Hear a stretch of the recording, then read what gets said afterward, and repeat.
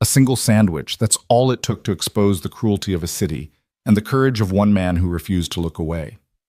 When Daniel Cross split his last meal with a trembling stranger at a rain-soaked bus station, he had no idea the cameras were rolling. He didn't know she was Sophie Lang, billionaire heiress playing homeless to test humanity's heart. And he certainly didn't know that his 9-year-old daughter's whisper, "Daddy, she looks hungrier than us," would ignite a firestorm that would force the world to choose mockery or mercy. Stay with me until the end of this story and comment below what city you're watching from. I want to see how far this tale of kindness travels. The rain came down in sheets that Thursday evening, turning the cracked pavement of Union Street bus station into a mirror of gray sky and forgotten dreams.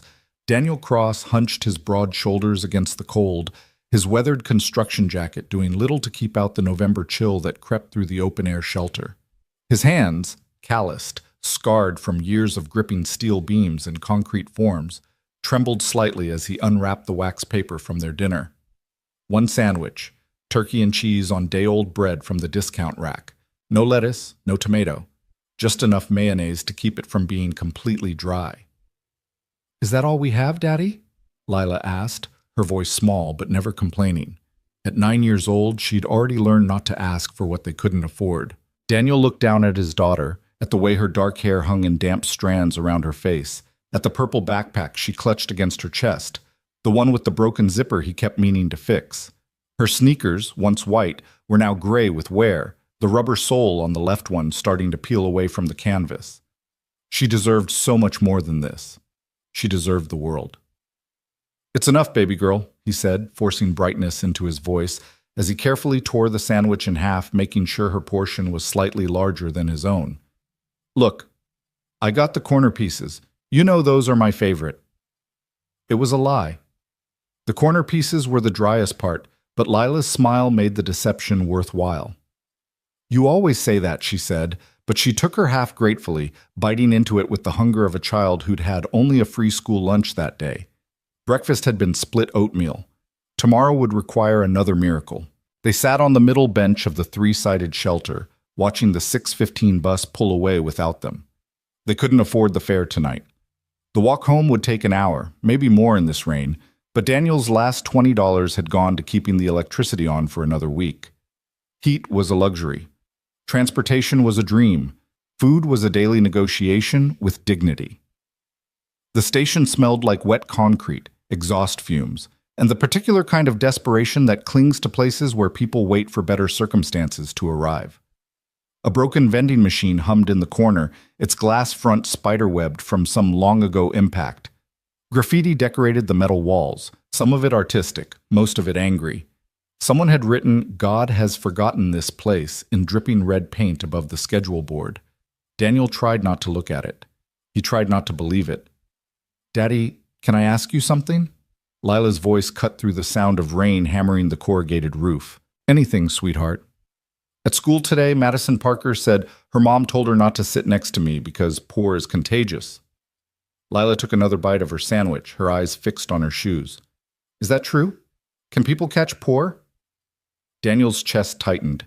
He set down his half-eaten portion and turned to face his daughter fully, cupping her small face in his rough hands. "Lila Marie Cross, you listen to me. Being poor isn't a disease. It's just a circumstance. And circumstances change. What matters is what's in here." He tapped her chest gently. "And in here." He touched her forehead. "You're kind. You are smart. You are brave. And anyone who can't see that is blind in ways that have nothing to do with their eyes." "But Mom had money before—" "Your mother had love," Daniel interrupted gently. "Money came and went, but love stayed. That's what she taught me. That's what I'm teaching you." Lila nodded, but Daniel could see the doubt lingering in her eyes. "How do you explain to a 9-year-old that the world measures worth in dollars, while you're trying to teach her it's measured in character? How do you convince her she's rich in everything that matters when her classmates have designer backpacks and she has a purple hand-me-down with a broken zipper?" He was about to say something more, something wise or comforting, when movement at the far end of the station caught his attention.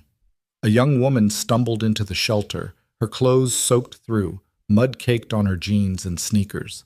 Her dark hair hung in tangled ropes around her face, and even from a distance, Daniel could see she was shaking, whether from cold, fear, or something else entirely. He couldn't tell.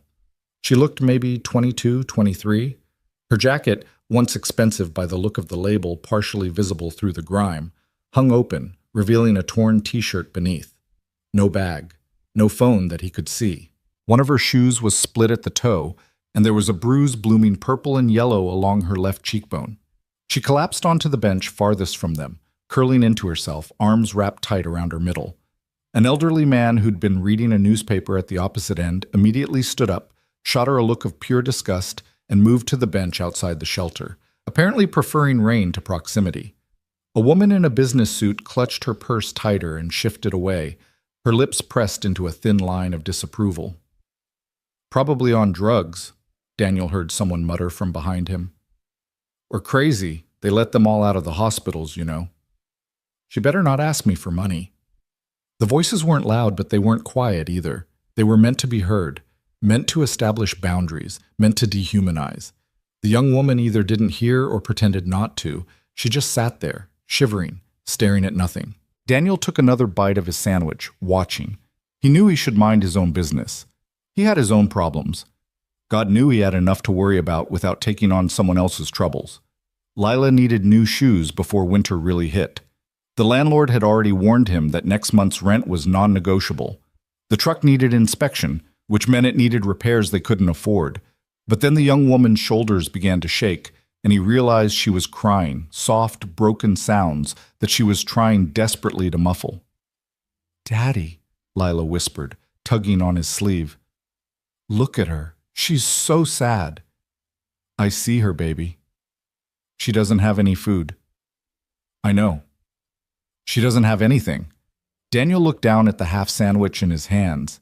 His stomach was already growling, and he'd only eaten 3 bites. Tomorrow's lunch was supposed to be the other half of this sandwich. Dinner tomorrow night was supposed to be the soup he'd make from the chicken bones he'd saved from last week and whatever vegetables he could find on discount at the corner market. "Daddy?" Lila's voice was softer now. "Remember what Mama used to say about being the hands and feet?" Daniel closed his eyes. Sarah, his wife, gone 3 years now to the cancer that had eaten through their savings as surely as it had eaten through her body.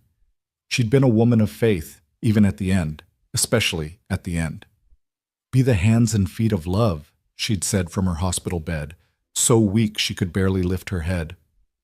"Promise me, Danny, no matter how hard it gets, no matter how much it hurts, you'll teach our girl to see people. Really see them. Promise me." He'd promised. Through tears, through rage at the unfairness of it all, through the emptiness that had threatened to swallow him whole in the months after her funeral, he'd promised. "Yeah, baby girl," he said now, his voice rough. "I remember." Lila looked at her half-eaten sandwich, then at the young woman, then back at her father.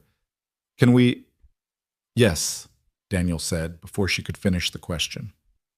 "Yes, we can." He stood up, his knees protesting. He was only 38, but construction work ages a man's body faster than time alone.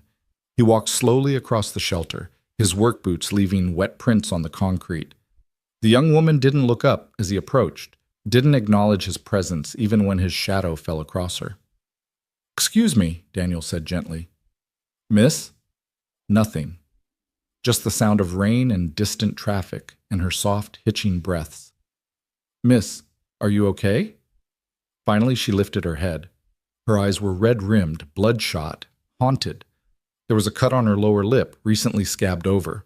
Her hands, he noticed, were scratched and dirty, nails broken. But there was something else there, too, something in the way she held herself, even crumpled and crying, that suggested this wasn't her normal state. This was someone who'd fallen far and fallen fast.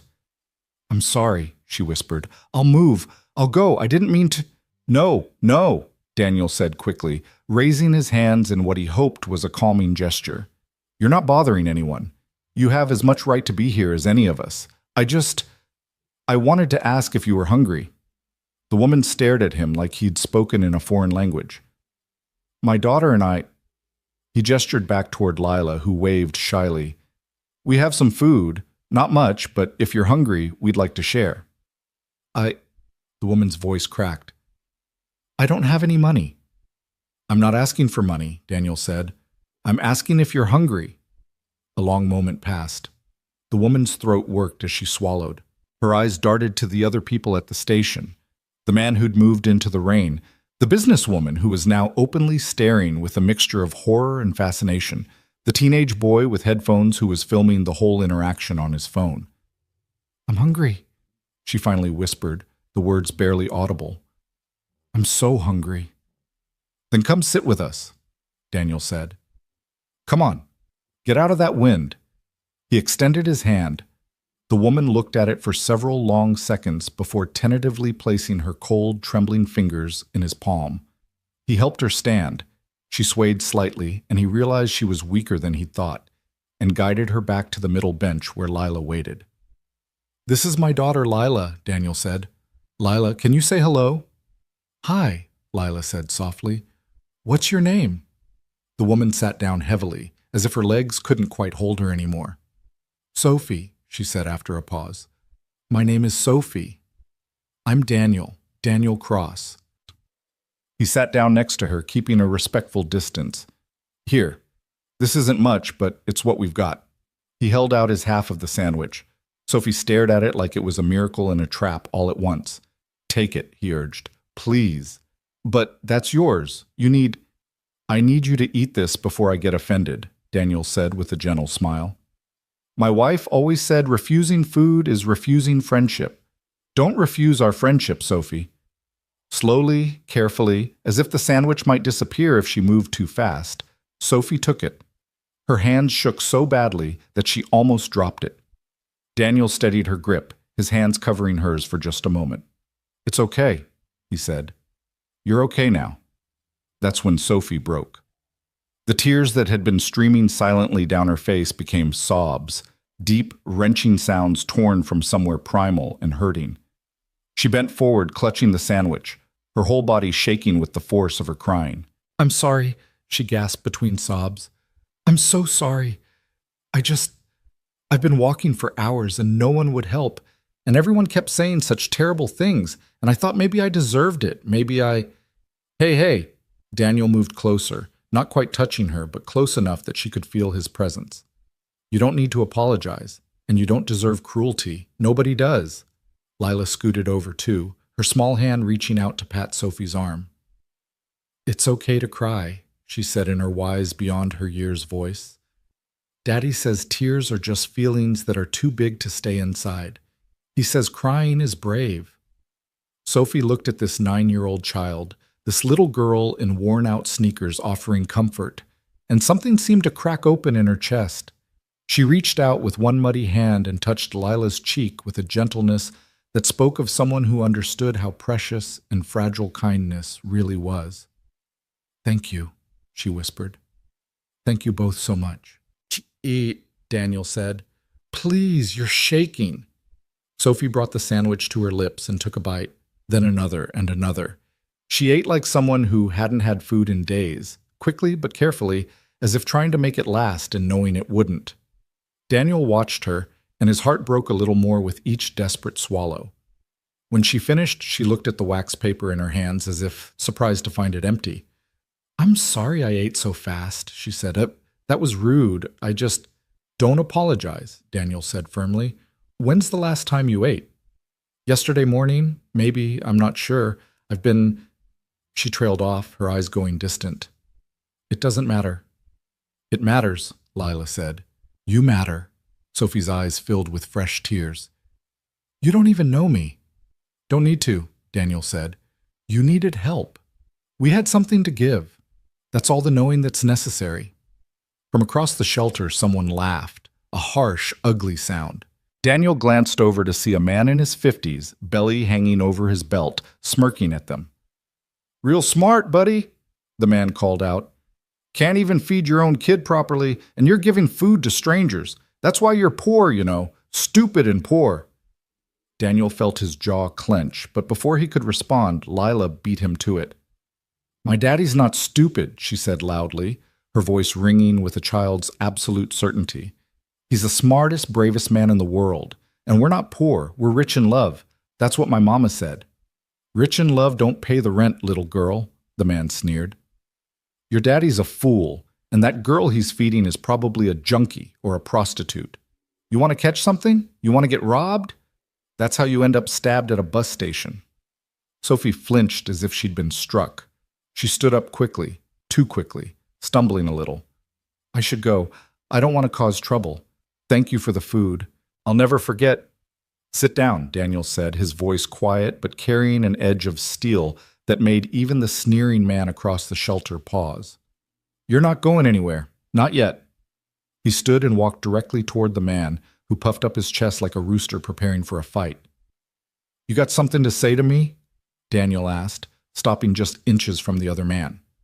He wasn't tall, 5'10" maybe, but years of construction work had built a solid frame, and there was something in his eyes that said he'd been through too much to be intimidated by bluster. Yeah, I got something to say, the man blustered. You're a damn fool giving away food you can't spare. Look at your kid. She's half starved. Those shoes she's wearing have holes in them. You think giving sandwiches to every sad story druggie at the bus station makes you noble? It makes you an idiot. You done? Daniel asked calmly. I asked if you're done, Daniel repeated, because I've got something to say now, and I'd appreciate you listening without interrupting. That's called respect. Maybe you've heard of it. The man's face reddened, but he closed his mouth. You're right, Daniel said, and the admission seemed to surprise everyone within earshot. My daughter deserves better shoes. She deserves 3 meals a day without having to worry. She deserves a life where she doesn't have to choose between keeping warm and keeping fed. You're absolutely right about that. He paused, letting the words hang in the rain-dampened air. But you know what she deserves even more than that? She deserves to grow up knowing that human decency isn't conditional. She deserves to learn that when someone is hurting, you help, not because it's convenient or because you can afford it, but because it's right. She deserves to understand that every single person has worth, has dignity, has a story that matters. Daniel glanced back at Lila and Sophie on the bench, then returned his gaze to the man in front of him. I can buy my daughter new shoes next month. I can work overtime, skip meals, do whatever I need to do to make sure she's taken care of. But if I teach her that some people don't deserve compassion, if I teach her that suffering is only worth acknowledging when it's convenient, that's poverty I can never recover from. That's a kind of starvation that no amount of food can fix. The man opened his mouth, closed it, opened it again. That's just words. Pretty words don't change reality. Maybe not, Daniel agreed, but ugly words definitely make reality worse. So I'm asking you, if you don't have anything helpful to contribute, maybe just keep quiet. Let us all wait for our buses in peace. He turned and walked back to the bench, his heart pounding. He hated confrontation, but he hated cruelty more. As he sat down, the woman in the business suit who'd been clutching her purse finally spoke up. He's right, you know. She pointed at Sophie. She's probably scamming you. They all do. They look pathetic, get your sympathy, and the next thing you know, your wallet's gone and she's off buying drugs with your money. Sophie's face went pale. I'm not a thief, she said, her voice barely above a whisper. I would never. Of course you'd say that, the woman sniffed. They always do. Honestly, it's people like you who ruin it for everyone else. If you'd just stayed home or gone to a shelter instead of coming to places where decent people have to see you, that's enough. Daniel's voice was hard now, all pretense of politeness gone. You don't know her story. You don't know anything about her. And you know what? You don't need to. She's a human being. That's all the information you need to treat her with basic kindness. I'm just trying to protect you. Nobody asked you to, Lila piped up, surprising everyone, including herself.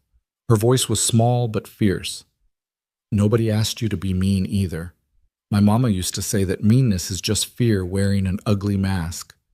What are you afraid of? The woman's mouth opened and closed like a fish. She stood up abruptly, nearly dropping her purse in her haste. This is ridiculous. I'm not staying here to be lectured by a child about... She didn't finish the sentence, just stormed out into the rain, flagging down a taxi that had just pulled up to the curb. That was really brave, Lila, Sophie said softly once the woman was gone. Standing up for me like that. You stood up first, Daddy, Lila said, looking at her father with eyes that shone with something like pride. I was just copying you. Daniel pulled his daughter close, kissing the top of her head. We stand up together, baby girl. That's what family does. Can I be part of your family? Sophie asked hesitantly. Just for now? Just for a little while? Everyone's part of the family if they need to be, Lila declared with the certainty of a child who hasn't yet learned that the world doesn't work that way.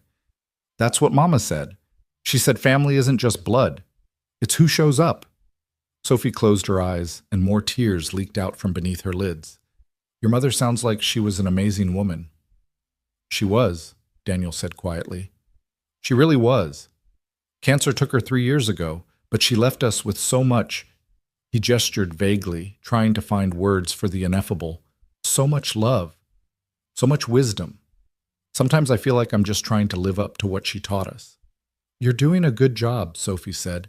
Better than you know. They sat in silence for a while, listening to the rain. The shelter had mostly emptied out now.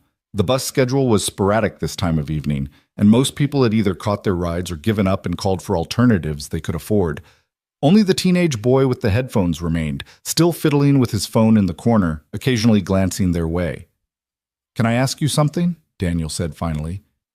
You don't have to answer if you don't want to, but are you safe? Are you running from something? Someone? Sophie looked down at her hands, muddy, scratched, shaking slightly even now. I'm running from myself, she said softly. Or maybe I'm running toward myself. I'm not sure which anymore. I don't understand. I know, I barely understand it myself. She took a deep breath.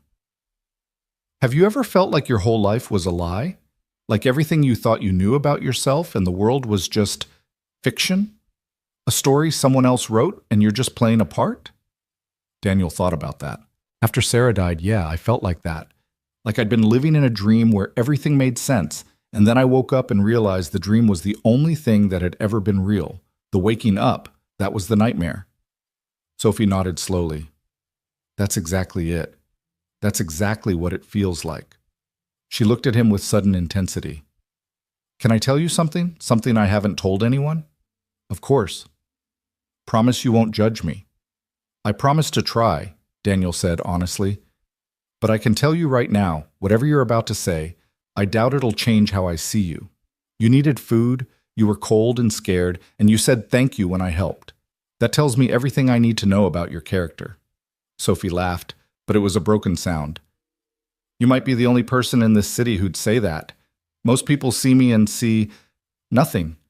Or worse than nothing, they see something to avoid, something to mock, something to use. I'm sorry, Daniel said. People can be cruel when they're afraid or uncomfortable. It says more about them than about you. Does it, though? Sophie leaned back against the cold metal bench. Maybe they're seeing clearly. Maybe I really am nothing. Don't say that, Lila said fiercely. You're Sophie. You're our friend. That's not nothing. Sophie reached out and took Lila's hand, squeezing gently. You are a remarkable child. Has anyone ever told you that? Daddy tells me all the time, but I don't always believe him because he's my daddy. He has to think I'm remarkable.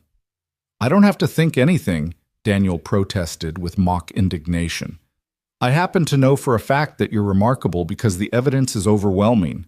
Lila giggled, the first genuinely happy sound Daniel had heard from her all day, and for just a moment, the rain and the cold and the hunger didn't matter quite so much. This is what I needed, Sophie said quietly. This moment, this feeling of being human, just human, not a symbol or a disappointment or a project, just Sophie sitting with friends, listening to a little girl laugh. Well, you can stay Sophie here as long as you need, Daniel said. Our next bus isn't for another 40 minutes anyway. He checked his watch. And honestly, we might not even take it. Depends on whether I can find 75 cents in the couch cushions when we get home. You're walking. Sophie looked alarmed. In this rain? How far? About 5 miles. It's not so bad. We've done it before. That's terrible. You can't walk 5 miles in this weather. Your daughter will get sick.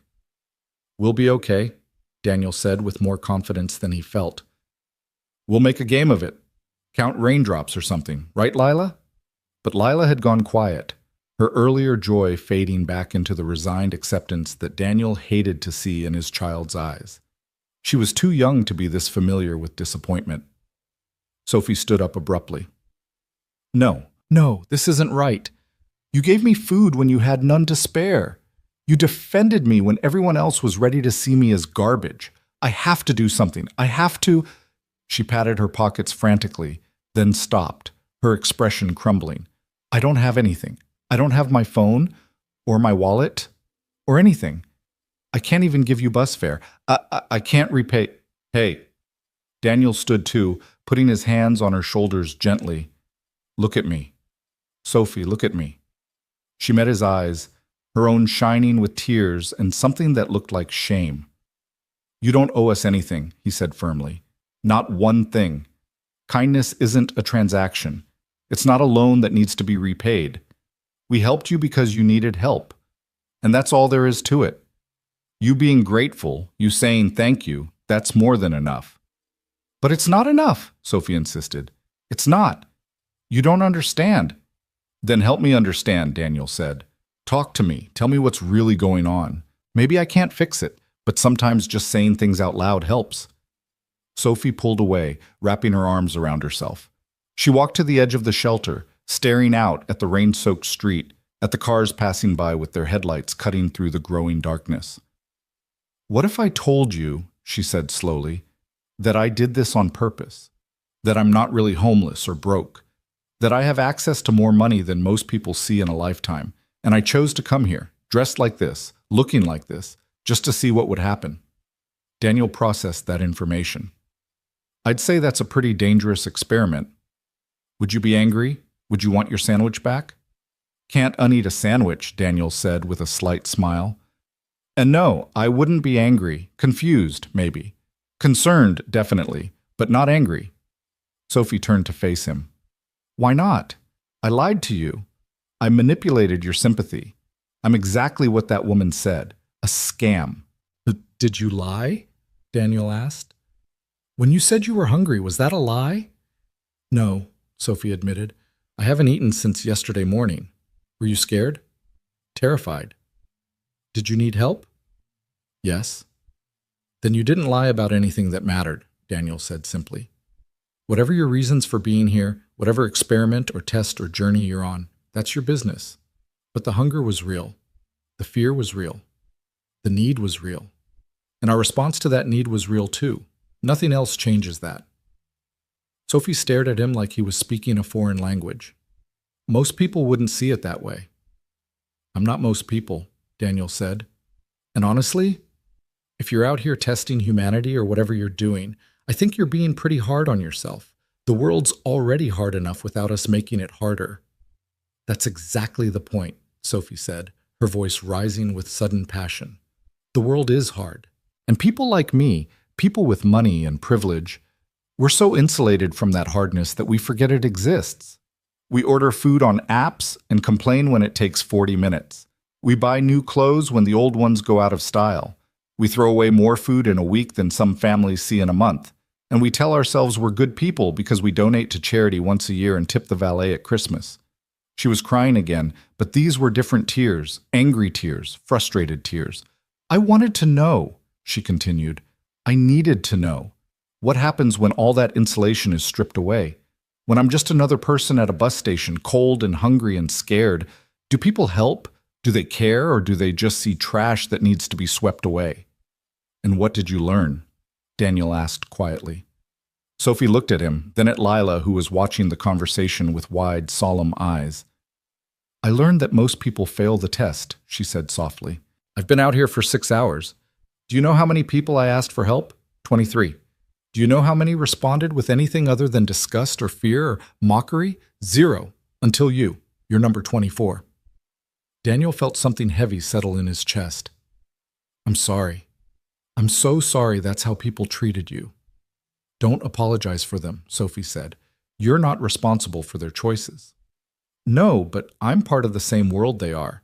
The same city, the same society that taught all of us, he gestured vaguely, to look away, to protect ourselves first, to judge before we understand. But you didn't, Sophie said. You didn't look away.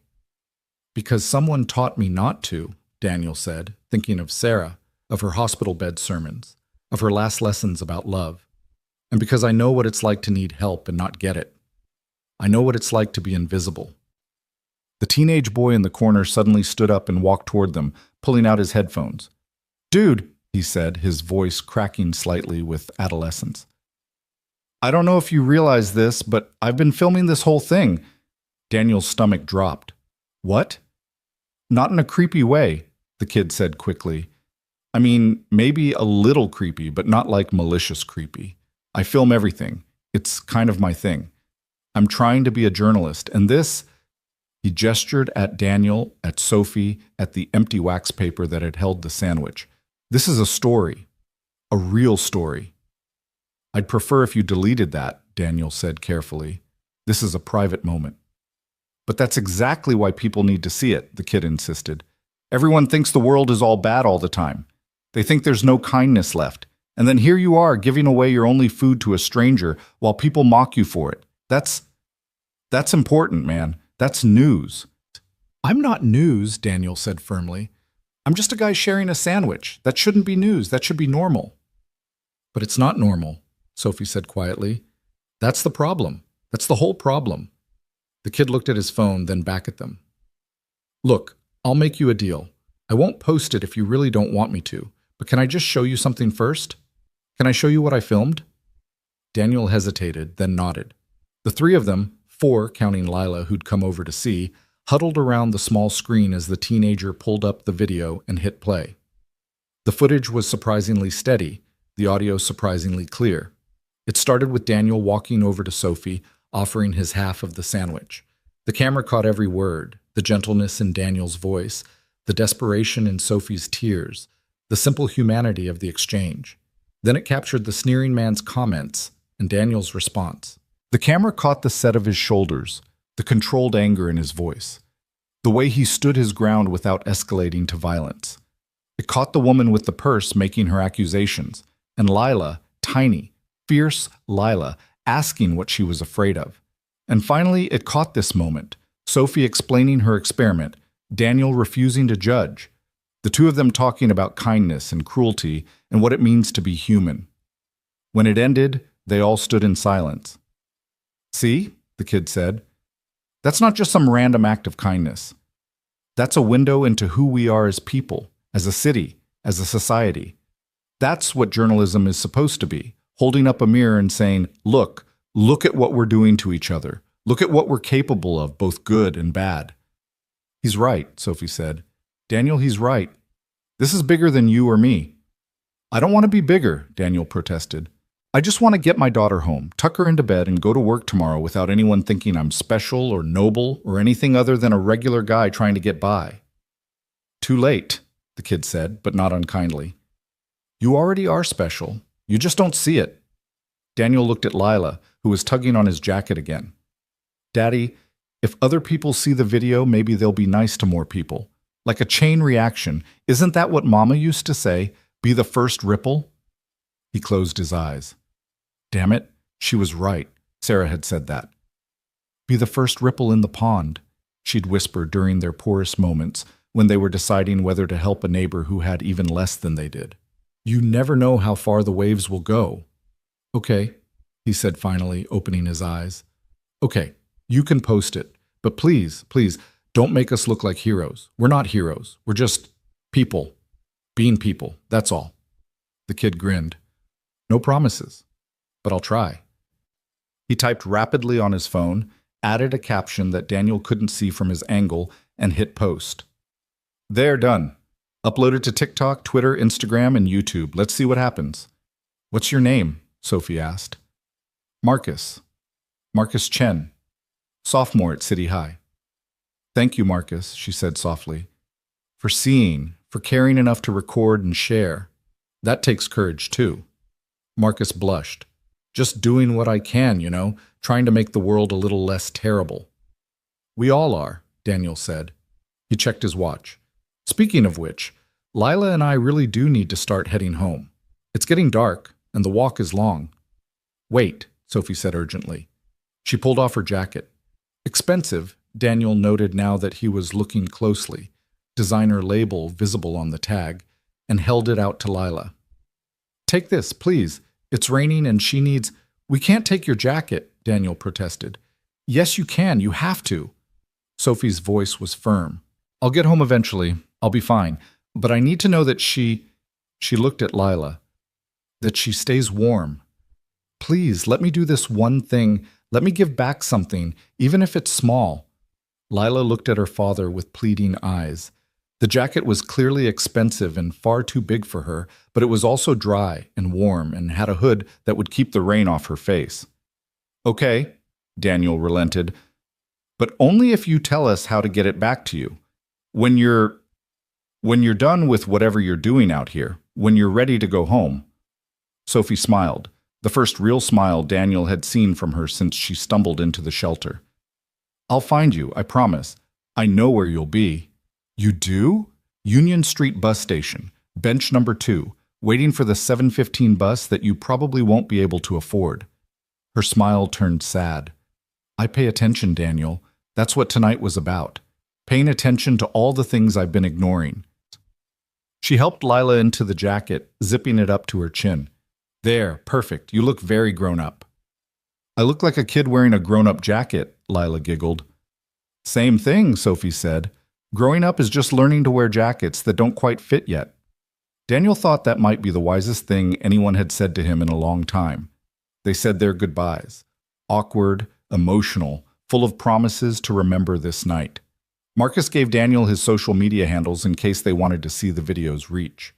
Sophie hugged them both, holding on perhaps a moment longer than strictly necessary, as if trying to absorb some of their warmth and goodness to carry with her.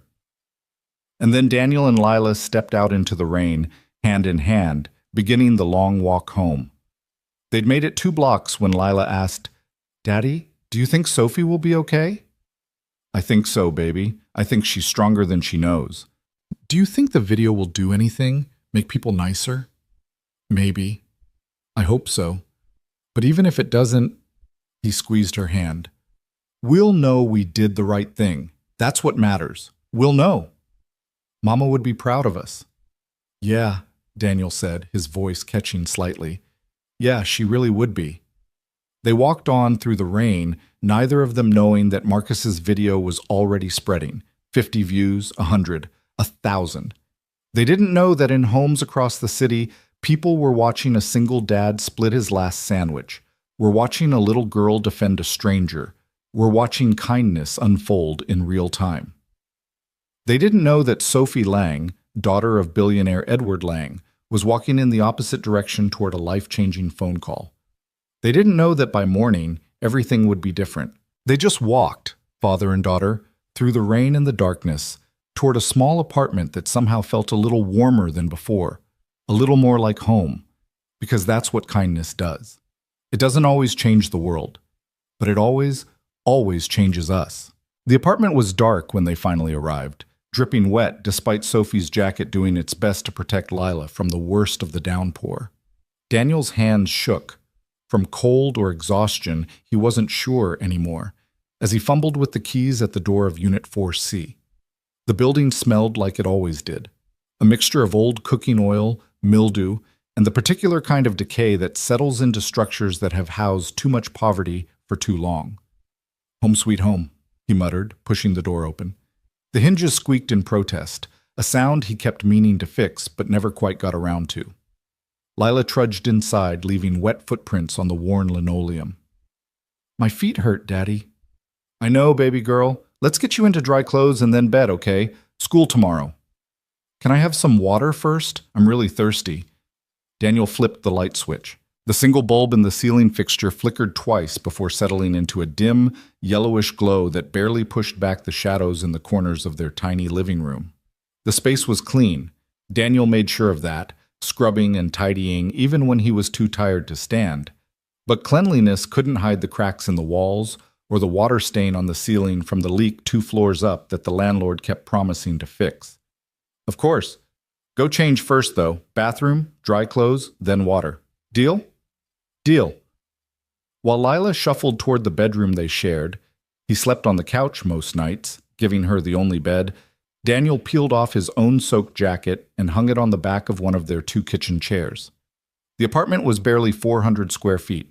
A living room that flowed into a kitchenette with a two-burner stove and a refrigerator that hummed too loudly, one small bedroom, and a bathroom where the shower pressure was more suggestion than reality. But it was theirs. Or at least, it was theirs as long as he could keep making rent. He opened the refrigerator, stared at its meager contents.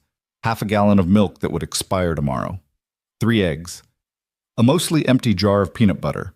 Some hot sauce packets he'd saved from the taco truck near his construction site. The chicken bones for tomorrow's soup still wrapped in plastic wrap. His stomach growled viciously, reminding him that he'd given away his dinner and walked 5 miles in the rain on nothing but 3 bites of sandwich. He ignored it. He'd learned to ignore hunger. It was a skill, like any other. Uncomfortable at first, then simply part of the background noise of existence. He poured Lila a glass of water from the tap.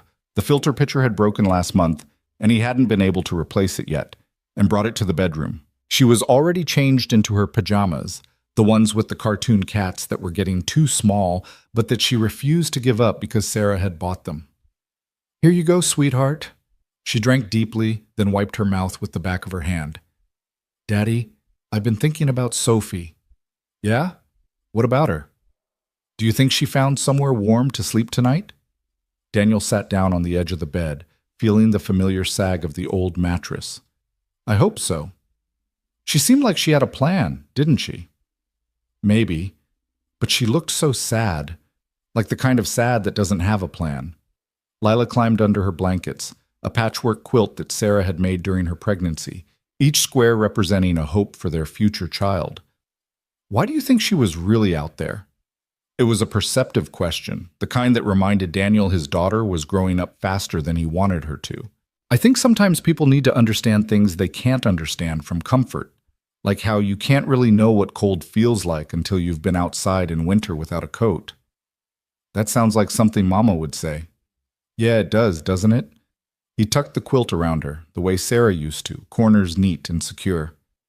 "Your Mama was smart about people. She understood that everyone's got reasons for what they do, even when those reasons don't make sense to anyone else." "Do you miss her, still?" "Every single day." "Me too." Lila's voice got very small. "Sometimes I forget what she looked like." "Is that bad?" Daniel's chest constricted. He reached for the small frame on the bedside table, the only photo they had displayed, because frames cost money they didn't have to spare. Sarah smiled out at them, forever frozen at 32, forever healthy and whole and alive. "That's not bad, baby. That's just how memory works. That's why we have this picture, to help us remember." "Tell me a mama story?" It was their nightly ritual, had been since the funeral. Every night, one story about Sarah. Sometimes funny, sometimes sad, always true. Daniel believed that as long as they kept telling the stories, kept her memory alive in words, she wasn't really gone. "Okay, let me think." He settled back against the headboard, Lila curling into his side. "Did I ever tell you about the time your mama gave away her winter coat?" "No, tell me." "Well, this was before you were born, when we first got married. We didn't have much money, kind of like now, actually, and your mama had saved up for months to buy herself a really nice winter coat. I'm talking nice, Lila. Red wool, warm as anything, with these beautiful black buttons. She loved that coat. What happened to it? We were walking home from the grocery store one night, and we saw this woman sitting outside the subway station. Older lady, maybe 60, wrapped in newspapers trying to stay warm. It was one of those nights where the wind just cuts right through you, so cold your bones ache. Lila nodded against his chest. Your mama stopped walking, just stopped right there in the middle of the sidewalk, and I almost ran into her with the grocery bags. She looked at that woman, then down at her own coat, and I could see the moment she made her decision. Before I could say anything, she'd taken off that beautiful red coat and walked over to the woman. She gave it away? She gave it away, just like that. Didn't ask my permission, didn't second-guess herself. She said, "Ma'am, I noticed you look cold. Would you be willing to take this coat? I have another one at home." Which was a lie. She didn't have another coat. But the woman took it, and your mama walked the rest of the way home in just her sweater, shivering the whole time. Were you mad? I was confused at first. That code had cost us 3 months of saving, 3 months of not going to movies or eating out or doing anything fun. And she'd just given it away to a stranger. But then I looked at her face, and she was smiling, actually smiling, even though she was freezing. And I asked her, "Sarah, why?" And you know what she said? "What?" She said, "Because I can be cold for 20 minutes. That woman would have been cold all night. The math is simple, Danny. My discomfort matters less than her suffering." And that's when I knew I'd married someone who understood something fundamental about being human that most people never figure out. Lila was quiet for a long moment. "I gave Sophie your sandwich because of Mama, didn't I? I mean, I didn't think about the story, but it's like Mama was telling me what to do." "Maybe she was, baby. Maybe she was. Do you think she's proud of us, wherever she is?" Daniel kissed the top of his daughter's head. "I know she is. I know it the same way I know the sun's going to come up tomorrow. Some things you just don't have to question." "Okay." Lila yawned, her eyes already starting to close. "Daddy, can I ask one more thing?" "Anything. If we had more money, would we still help people? Or would we be like those people at the bus station who looked away?" It was the kind of question that deserved more than a simple answer, the kind that would shape how his daughter saw the world and her place in it. "I'd like to think we'd still help," he said carefully. "But the truth is, I don't know. Money changes people sometimes, makes them forget what it was like to need help, makes them think they earned everything they have, and anyone who doesn't have what they have just didn't work hard enough. That's not true, though. You work harder than anyone I know, and we're still poor." The matter-of-fact way she said it, "we're still poor," made Daniel's heart crack a little. 9 years old, and already she understood economic realities that should have been years away from her consciousness. "Yeah, baby. Yeah, that's not how it works. But a lot of people believe it is, and that belief makes it easier for them to ignore suffering. If you convince yourself that poor people deserve to be poor, you don't have to feel bad about not helping them. That's stupid. It is. But it's also human. We all do it in different ways, find reasons why we don't have to care, why someone else's problem isn't our responsibility. The trick is catching yourself doing it and choosing differently." Lila's breathing had evened out, the rhythm of sleep replacing conversation. Daniel stayed there for a few more minutes, holding his daughter, feeling the warmth of her small body against his side. This was wealth, he told himself. This moment. This love. This mattered more than bank accounts or new shoes or refrigerators that actually stayed cold. He almost believed it. Finally, carefully, he extracted himself from the bed and tucked the quilt back around Lila's sleeping form. He turned off the lamp, not the overhead light, because the switch was across the room and he didn't want to risk waking her by walking past the bed again, and stepped back into the living room, pulling the door mostly closed behind him. The apartment felt emptier now, quieter. He could hear the couple upstairs arguing again, their voices muffled but sharp enough to cut through the thin walls. He could hear sirens in the distance, the constant soundtrack of their neighborhood. He could hear his own breathing, heavy with exhaustion. He should sleep. He had to be up at 5 for work, had to be on site by 6:30. But sleep felt impossible right now, his mind too full of the evening's events, his stomach too empty to settle. He walked to the small window that looked out over the alley behind their building. Rain still fell, lighter now, pattering against the glass. Somewhere out there, Sophie was doing what? Had she gone home? Was she still testing the city's capacity for compassion? Had she found what she was looking for? And Marcus Chen's video, what was happening with that?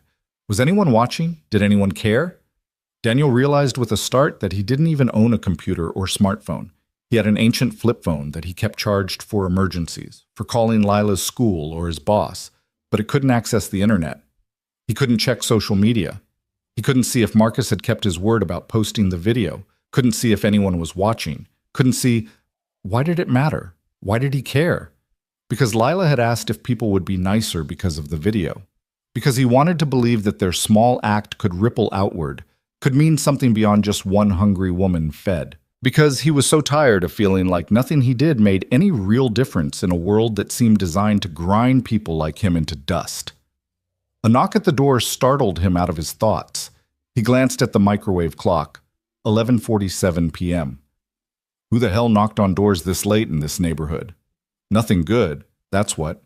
Collection agencies didn't knock. The landlord didn't knock. Friends didn't knock because he didn't have any friends anymore. They'd all drifted away after Sarah died, unable to cope with his grief or his poverty or whatever combination of the two made them uncomfortable. Another knock, more insistent. Mr. Cross? Daniel Cross? A woman's voice, unfamiliar. Please, I know it's late, but I need to speak with you. He approached the door cautiously, peering through the peephole. A woman in her 40s stood in the hallway, professional-looking even at midnight. Dark suit, hair pulled back, expensive briefcase. Behind her, he could see someone else, a man in a security uniform.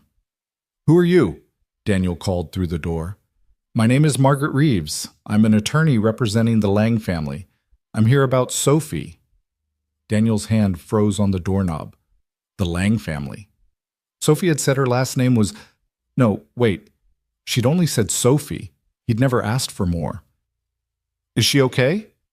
Is something wrong? She's fine, Margaret assured him quickly. She's safe. But please, may I come in? This is important, and it's not a conversation I'd like to have through a door. Every instinct screamed at Daniel not to open that door. Lawyers meant trouble. Lawyers meant complications. Lawyers at midnight meant nothing good. But Sophie might need help. He unlocked the door and opened it just wide enough to see Margaret Reeves clearly. Up close, she looked tired but determined, the kind of professional who was used to working odd hours for demanding clients. Thank you, she said. May I come in? Can you tell me what this is about first? Margaret glanced at the security guard, then back at Daniel. You gave Sophie Lang food tonight at Union Street bus station. You defended her when others mocked her. You showed her kindness when the rest of the city showed her contempt. Okay, Daniel said slowly. So Sophie Lang is the daughter of Edward Lang. The Edward Lang, CEO of Lang Industries, net worth approximately $12 billion. Sophie is his only child and heir. The words hit Daniel like cold water. 12 billion, with a B. The woman he'd given his sandwich to wasn't just conducting some social experiment. She was one of the richest women in the country, possibly the world. I don't understand, he said. Why are you here? Because Sophie called her father 2 hours ago. She told him everything, about her experiment, about the way people treated her, about you. And Mr. Lang wants to meet you, tonight. Tonight? It's almost midnight. I have work in the morning. I have a daughter sleeping.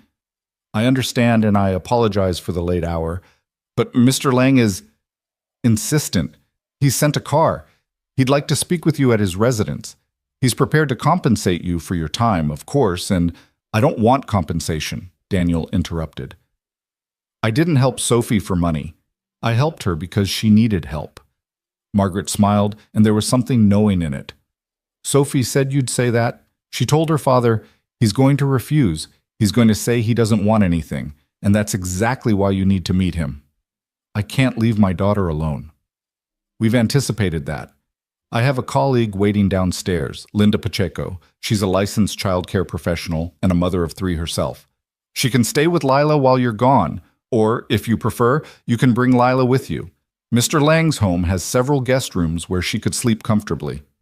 Daniel's head spun. This was insane. This was some kind of elaborate prank or scam or...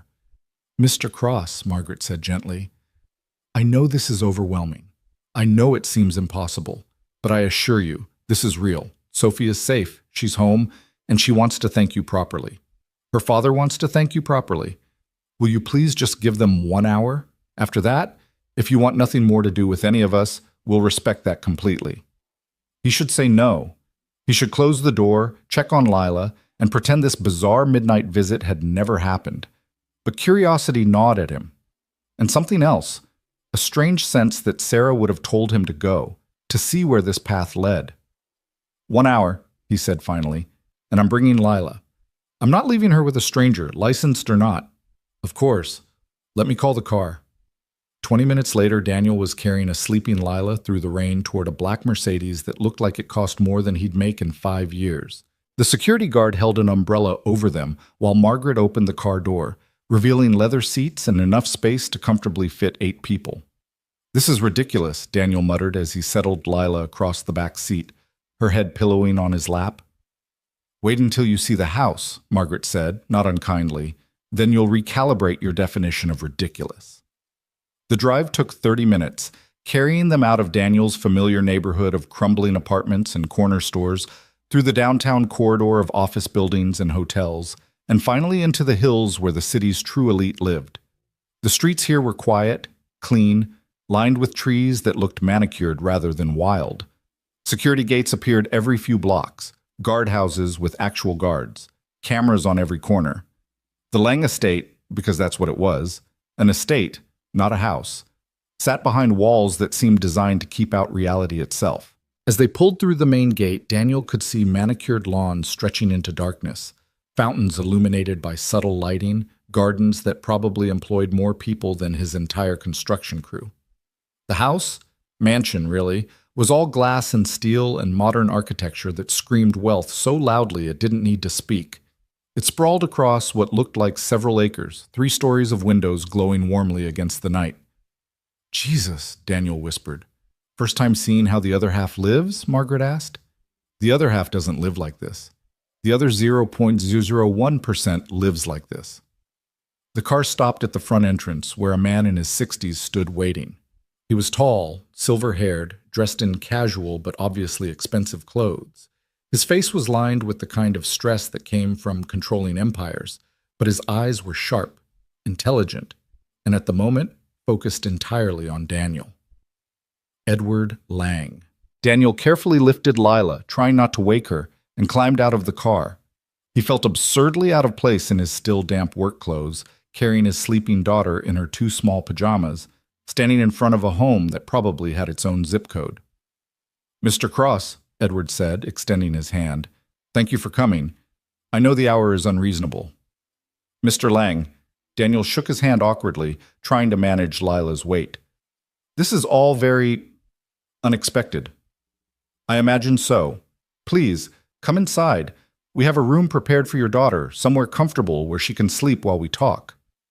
Daniel followed Edward through doors that opened automatically into an entrance hall that was larger than his entire apartment. Art hung on the walls, actual art, not posters, the kind of paintings he'd only seen in museums. The floor was marble, the ceiling stretched 2 stories high, and a chandelier that looked like it weighed a ton cast prismatic light across everything. A woman in her 30s appeared, wearing what looked like nursing scrubs. I can take her, she said softly. I'm Alice, the night nurse. I prepared the blue guest room. It's quiet, comfortable, very safe. Daniel hesitated. Every parental instinct screamed not to hand his daughter to a stranger. I'll show you the room first, Alice said, seeming to sense his concern. You can see where she'll be, check everything yourself. I have a daughter her age. I understand. He followed Alice up a staircase that curved like something from a movie, down a hallway lined with more art and family photographs, to a room that made him want to cry. It was enormous, at least 3 times the size of the bedroom he and Lila shared. The bed was huge, covered in what looked like clouds of white bedding. There were bookshelves filled with children's books, a window seat with cushions, a nightlight shaped like a moon. This is just a guest room? Daniel asked. Mr. Lang has 7 grandchildren, Alice explained. He makes sure there are appropriate spaces for children when they visit. Here, let me turn down the bed.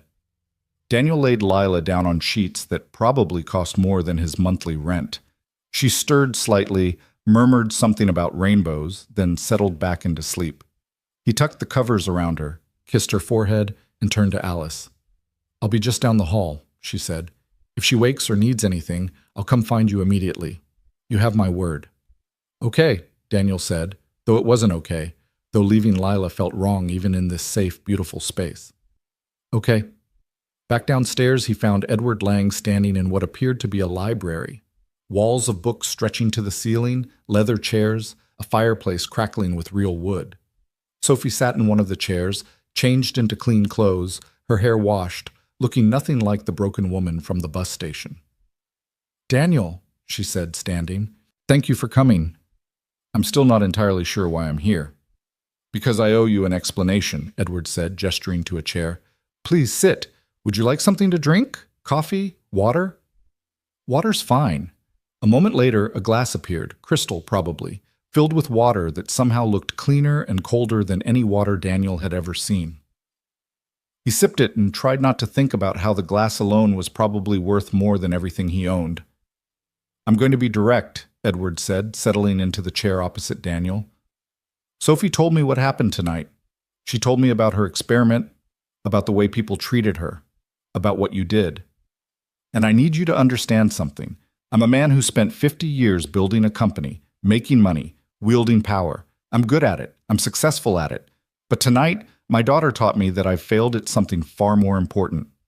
"Father," Sophie started, but Edward held up a hand. "No, Sophie, let me say this." He turned back to Daniel. "I've failed at raising a daughter who felt she had to disguise herself as homeless to understand how the world treats people in need. I failed at creating a society where kindness is rewarded rather than mocked. I failed at using my wealth and influence to make this city, this world, better for people like you." "People like me?" Daniel's voice held an edge. "People who work hard and still struggle," Edward clarified. "People who give what they don't have to spare because it's right. People who see human beings instead of inconveniences." "I didn't do anything special," Daniel said. "I shared a sandwich, that's all." "That's everything," Sophie said quietly. "Daddy, that's the point. In 6 hours on the street, 23 people saw me suffering and looked away. 23 people chose comfort over compassion.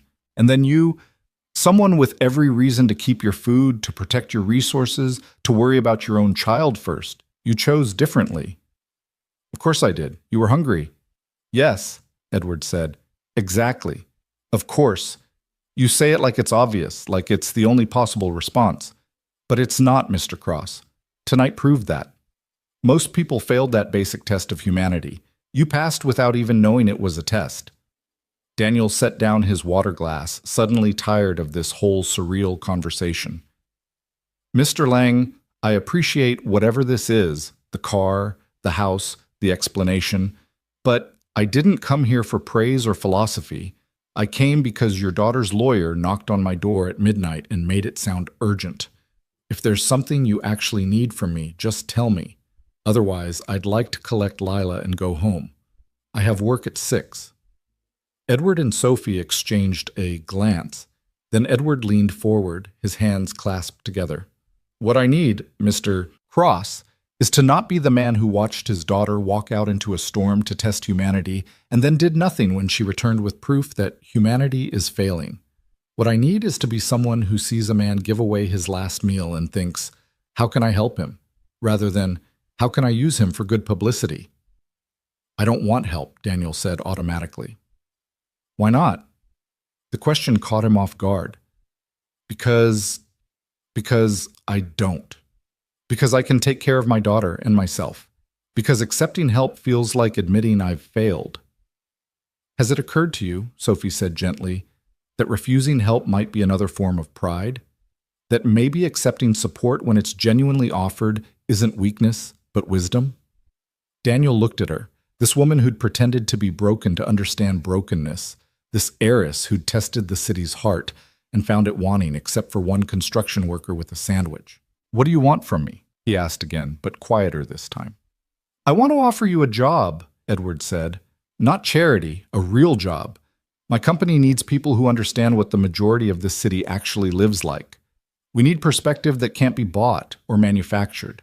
We need someone who knows what it's like to choose between heat and food, between bus fare and electricity. I'm a construction worker.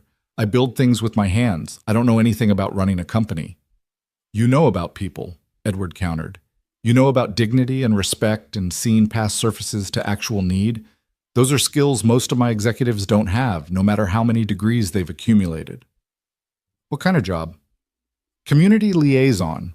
You'd work with our charitable foundation, helping direct resources to where they're actually needed, rather than where they look good in press releases. You'd consult on employee programs, childcare, healthcare, compensation, helping us understand what working families actually require. You'd be a voice for people who usually don't get heard in boardrooms." Daniel laughed, but there was no humor in it. "You want to hire me because I gave your daughter a sandwich?" "I want to hire you because you're the kind of person who gives away sandwiches," Edward corrected. Because you raise a daughter who asks why someone's afraid instead of just calling them mean. Because when people mocked you for helping, you stood your ground without escalating to violence. Because every decision you made tonight was the right one, even though it cost you something. And if I say no? Then you say no, Sophie said. Then we thank you again, drive you home, and never contact you again if that's what you want. But Daniel, she leaned forward, her eyes intense. Don't say no because you think you don't deserve this. Don't say no because you're afraid of what people might think. Say no only if you genuinely believe you can't help more people in this position than you can from a construction site. That stopped him. Because she was right. It was about pride, about not wanting to be seen as someone who needed rescuing, about maintaining the fiction that he was fine. Everything was fine. They were managing just fine. But they weren't fine. Lila needed new shoes, the apartment needed heat, their diet needed to include vegetables more than once a week. And if he was honest with himself, the construction work was destroying his body. His back ached constantly, his hands hurt in the cold, and he'd started waking up each morning feeling 10 years older than he was. How much does it pay? He heard himself ask. Edward named a figure that made Daniel's vision swim. It was more than double what he made now, maybe triple. It was enough to move out of the apartment with the leaking ceiling. It was enough for real groceries. It was enough for Lila to have new shoes whenever she needed them, and Christmas presents, and maybe even a savings account for college. It was enough to breathe. I'd need to think about it, Daniel said carefully. Of course. Take whatever time you need. Edward stood, walking to a desk in the corner and pulling out a business card. This is my private number. Call me when you've decided. If you want to visit the office, see what the position would actually involve, meet the team. Just call. No pressure. No expectations. Daniel took the card, feeling the weight of expensive paper stock between his fingers. This was insane. This whole night was insane. There's one more thing, Sophie said. The video, the one from tonight. What about it? She pulled out a phone, not hers from earlier, Daniel assumed, but a replacement, and pulled up TikTok. The video Marcus had filmed was there, and the numbers beneath it made Daniel's breath catch. 3 million views, 847,000 likes, 96,000 shares, and the comments, thousands upon thousands of comments. This man restored my faith in humanity, one read. I'm crying. This is what we should all aspire to be. Meanwhile, half the people in that video were perfectly comfortable mocking someone in need. This is what's wrong with society. I'm in that city. I'm going to find him and thank him personally. There were negative comments, too. People calling Daniel naive, calling Sophie a fraud for testing people without consent, calling the whole thing staged. But they were drowned out by a tidal wave of people who'd seen something in that grainy phone footage that resonated deeper than cynicism. It's still spreading, Sophie said. News outlets are picking it up. Someone from Good Morning America called my father's office. There's a hashtag, #SandwichDad, that's trending nationally. Oh God, Daniel muttered. People want to know who you are. They want to help. There's already a GoFundMe that someone started. I didn't authorize it. Some stranger just created it, and it's raised over $50,000 in 3 hours. Daniel stood up abruptly, his chair scraping against the marble floor. No, absolutely not. I don't want money from strangers. I don't want to be famous. I just want to live my life and raise my daughter. And I know, Edward said calmly. Sophie predicted you'd react this way. That's why we're telling you now, privately. So you can decide how you want to handle it before the media circus finds your address. How do I make it stop? You can't, Sophie said gently. That's not how the internet works. The video is out there. The story is out there. All you can control now is how you respond to it. Daniel pressed his palms against his eyes, trying to think. His mind felt like static, too much information coming too fast. I need to go home. I need to check on Lila and sleep and figure out how to process any of this. Of course, Edward said immediately. He pressed a button on the desk, and somehow Margaret materialized in the doorway within seconds. Margaret, please have the car take Mr. Cross home, and have security do a sweep of his building. I want to know if there are any media or concerned citizens camping out. Already done, sir. The building is clear for now, but that may change by morning. Then arrange for private security. Discreet. I don't want Mr. Cross feeling surveilled, but make sure his apartment is protected from unwanted visitors. I don't need security, Daniel protested. You will by tomorrow, Edward said with certainty. Trust me. I've dealt with media attention my entire adult life. Once this story hits the morning shows, everyone's going to want a piece of you. Let me at least help you maintain some privacy while you decide what you want to do. Daniel wanted to argue, but exhaustion was winning. He nodded mutely. They collected Lila, still deeply asleep, thank God, and made the return trip through the quiet city streets. Daniel stared out the window, watching his city pass by, wondering how everything had changed so completely in the space of a few hours. When the car pulled up to his building, he could see a figure standing in the shadows near the entrance. His muscles tensed automatically. Street instincts from years of living in neighborhoods where shadows meant danger. But as they got closer, he recognized the teenage boy from the bus station, Marcus Chen, clutching his phone, looking nervous. Mr. Crossman, Marcus called out as Daniel emerged from the Mercedes. I'm so sorry. I didn't think... I hoped it would go viral, but I didn't realize it would be like this. Are you okay? Is your daughter okay? Daniel adjusted Lila's weight against his shoulder. We're fine, Marcus. It's late. You should be home. I know. I wanted to make sure you weren't mad. People on TikTok are saying I exploited you, or that I should have asked permission, or that I'm profiting off your kindness, which I'm not. I haven't made any money from this, I swear. Marcus, Daniel interrupted gently. Take a breath. I'm not mad at you. You filmed something real and you shared it. What happens after that? That's not your responsibility. But people are being really harsh in the comments. Some of them, anyway. And I feel like I started something that I can't control, and now you're dealing with it. And, hey, Daniel shifted Lila to one arm and put his free hand on Marcus's shoulder. You're 16? 15. Okay, 15. You did what journalists are supposed to do. You documented truth. You showed people something they needed to see, even if they didn't want to see it. That takes courage. Don't let the trolls make you regret having courage. Marcus's eyes shone with unshed tears. My dad said I was being irresponsible. He said I invaded your privacy. Your dad loves you and wants to protect you. That's his job. But Marcus... Daniel made sure the boy was looking at him, really looking at him. Sometimes being responsible means doing the uncomfortable thing because it's right. You understand? Yeah, I think so. Good. Now go home, get some sleep, and maybe turn off your phone for a day or two. Let the internet storm blow over without drowning in it. Marcus nodded, wiped his eyes, and headed toward his own building 3 doors down. Daniel watched him go, then carried Lila inside, nodding to the security guard.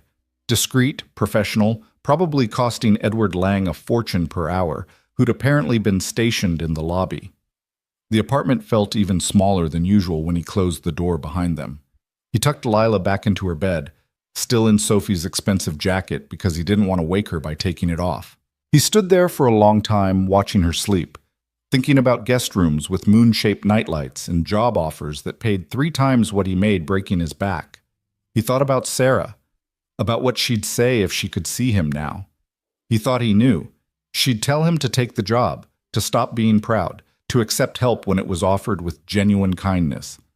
But then again, Sarah had given away her winter coat and walked home freezing. Sarah had believed in sacrifice, in giving until it hurt. Would she really want him to take money from a billionaire because he'd shared a sandwich?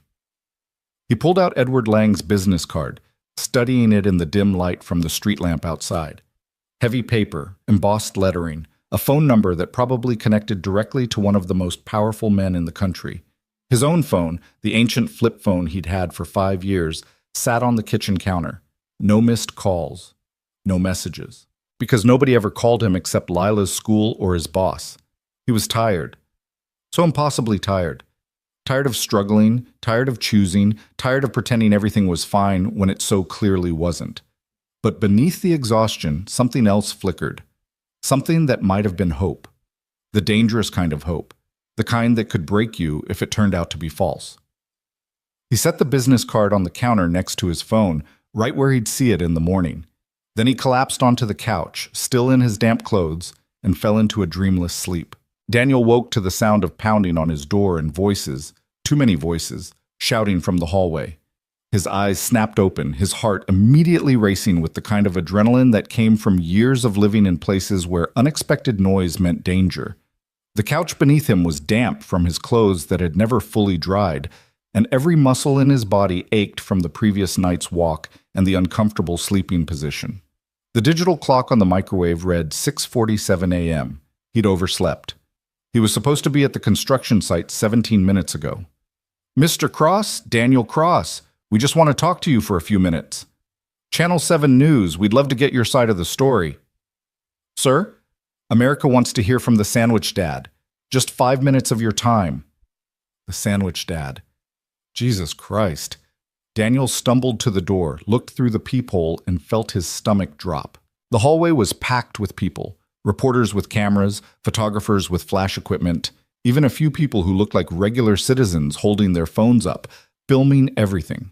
The security guard Edward had posted was there too, trying to maintain some kind of order, but he was clearly overwhelmed. "Daddy?" Lila's voice came from behind him, small and scared. "What's happening? Why are all those people here?" He turned to see her standing in the bedroom doorway, still wearing Sophie's jacket over her pajamas, her hair sticking up in all directions, her eyes wide with confusion and fear. "It's okay, baby girl," he said, though it was clearly not okay. "Just some people who want to talk to us about last night, about helping Sophie." "But why are they yelling?" "Good question." Daniel pulled out his ancient flip phone and dialed the number Edward Lang had given him, the private line. It rang twice before a crisp voice answered. "Mr. Cross, I'm assuming the media has found you." "They're outside my door. How did they get my address?" "Public records, most likely. Your lease is on file with the city. I'm sorry, I'd hoped we'd have more time. Are you safe? Is your daughter safe?" "We're locked inside, but I can't get out. I'm already late for work, and Lila needs to get to school, and—" "Don't go to work," Edward interrupted. "Don't try to leave. I'm sending a team right now. They'll be there in 15 minutes. They'll clear the hallway, get you out safely, and bring you somewhere you can breathe and think without cameras in your face. I can't just not show up for work. They'll fire me." "I'll handle your employer. Just sit tight, keep your door locked, and don't open it for anyone except my head of security. His name is James Kozlowski. He'll identify himself properly. Can you do that?" Daniel looked at Lila, who was now pressed against his side, trembling. Yeah, we can do that. 15 minutes, Daniel. I promise." The line went dead. Daniel pocketed the phone and crouched down to Lila's level. "Okay, sweetheart. Here's what we're going to do. We're going to get you dressed for school, pack your backpack, and wait for some people to come help us. Like an adventure." "I don't want an adventure," Lila said, her voice wavering. "I want things to be normal." "I know, baby. I know. But sometimes normal takes a little break, and we have to be brave until it comes back." The pounding on the door continued, punctuated by increasingly desperate pleas for just a statement, just a photo, just a moment of his time. Daniel ignored it all, focusing on getting Lila ready, on maintaining some semblance of routine in the chaos. Breakfast was toast with the last of the peanut butter. Getting dressed was complicated by the fact that their bedroom window looked out onto the fire escape, and he could see people climbing up, trying to peer inside. "Don't look at them," he told Lila, pulling the curtain closed. "Just focus on getting your shoes on. The ones with the hole. I'm sorry. We'll get you new ones soon." "It's okay, Daddy. I don't mind the hole." But she did mind. He could see it in the way she tried to position her foot so the tear in the canvas wouldn't show, in the slump of her shoulders as she laced them up. One more failure in a long list of ways he couldn't quite provide what his daughter needed. Exactly 15 minutes after Edward's call, there was a different kind of knock on the door. Professional, measured, 3 precise raps. "Mr. Cross, this is James Kozlowski with Lang Security. I'm here to escort you out of the building. I'm going to slide my credentials under the door so you can verify my identity." A plastic card appeared beneath the door. Official-looking ID with a photo that matched the man Daniel could see through the peephole. Large, intimidating, but with kind eyes. He was wearing a simple dark suit, and behind him Daniel could see at least 4 other people in similar attire forming a wall between Daniel's door and the media crowd. Daniel opened the door. "Sir," James said with a nod. "Ma'am," he added to Lila. "If you'll come with me, we have a vehicle waiting downstairs. My team will ensure no one gets close enough to bother you." "What about all these people?" Daniel gestured to the reporters. "They're on private property without permission from the building owner. Local police are on their way to clear the hallway, but we need to move now before more arrive." Daniel grabbed Lila's backpack, took her hand, and followed James into the hallway. Immediately, the noise level tripled. Cameras flashed, questions flew like bullets, people pressed forward despite the security team's efforts to hold them back. "Mr. Cross, how does it feel to be a hero? Did you know Sophie Lang's true identity? What do you think about the GoFundMe that's raised over $200,000 for you? Are you going to take Edward Lang's job offer? Some people are saying this was all staged for publicity. What's your response?" Daniel kept his eyes forward, his hand tight around Lila's, trying to shield her from the chaos. James and his team moved with practiced efficiency, creating a bubble of space that pushed the crowd back just enough for them to reach the stairwell. The elevator would have been faster, but it would have also meant being trapped in a small space if any reporters squeezed inside. They descended 3 flights of stairs and emerged into a lobby that was somehow even more chaotic than the hallway. More reporters, more cameras, and now some of Daniel's neighbors had gathered too, some looking concerned, others clearly hoping to get their own moment in front of the cameras. "Mrs. Chen from 2B grabbed Daniel's arm as they passed. "Is it true? Did you really meet Edward Lang? Did he really offer you a job?" "I can't talk right now, Mrs. Chen. I'm sorry. But my Marcus filmed it. My son. Doesn't that mean something? Doesn't he deserve recognition too?" James gently but firmly removed her hand from Daniel's arm. "Ma'am, please step back." They burst through the front doors into morning sunlight and even more chaos. The street was lined with news vans, their satellite dishes extended like mechanical flowers reaching toward the sky. Neighbors hung out of windows filming everything on their phones. Someone had made a sign that read, "Our hero lives here," with an arrow pointing to Daniel's building. The black Mercedes from last night waited at the curb, engine running, back door open. James practically pushed Daniel and Lila inside, then climbed in after them, slamming the door shut. The driver pulled away from the curb immediately, navigating carefully through the crowd that seemed reluctant to disperse even with a moving vehicle approaching. "I'm sorry about that, sir," James said once they were clear of the immediate chaos. "We got here as fast as we could, but word spreads quickly when a story goes this viral." "Viral," Daniel repeated numbly. "This is insane. I shared a sandwich, that's all. Why does anyone care?" "Because people are starving for goodness," James said simply. "Not food, though plenty are hungry for that too, but goodness, decency, evidence that humanity isn't completely broken. You gave them that evidence, and they're holding on to it like a life raft." Lila had been silent since they left the apartment, but now she spoke up, her voice very small. "Where are we going?" "I have a spelling test today. I studied all week." "We're going somewhere safe," James assured her. "And don't worry about your test. Mr. Lang's assistant has already contacted your school. They understand the circumstances." "But I studied," Lila insisted, and Daniel could hear the tears threatening. She so rarely got to feel prepared for anything, so rarely got to experience success.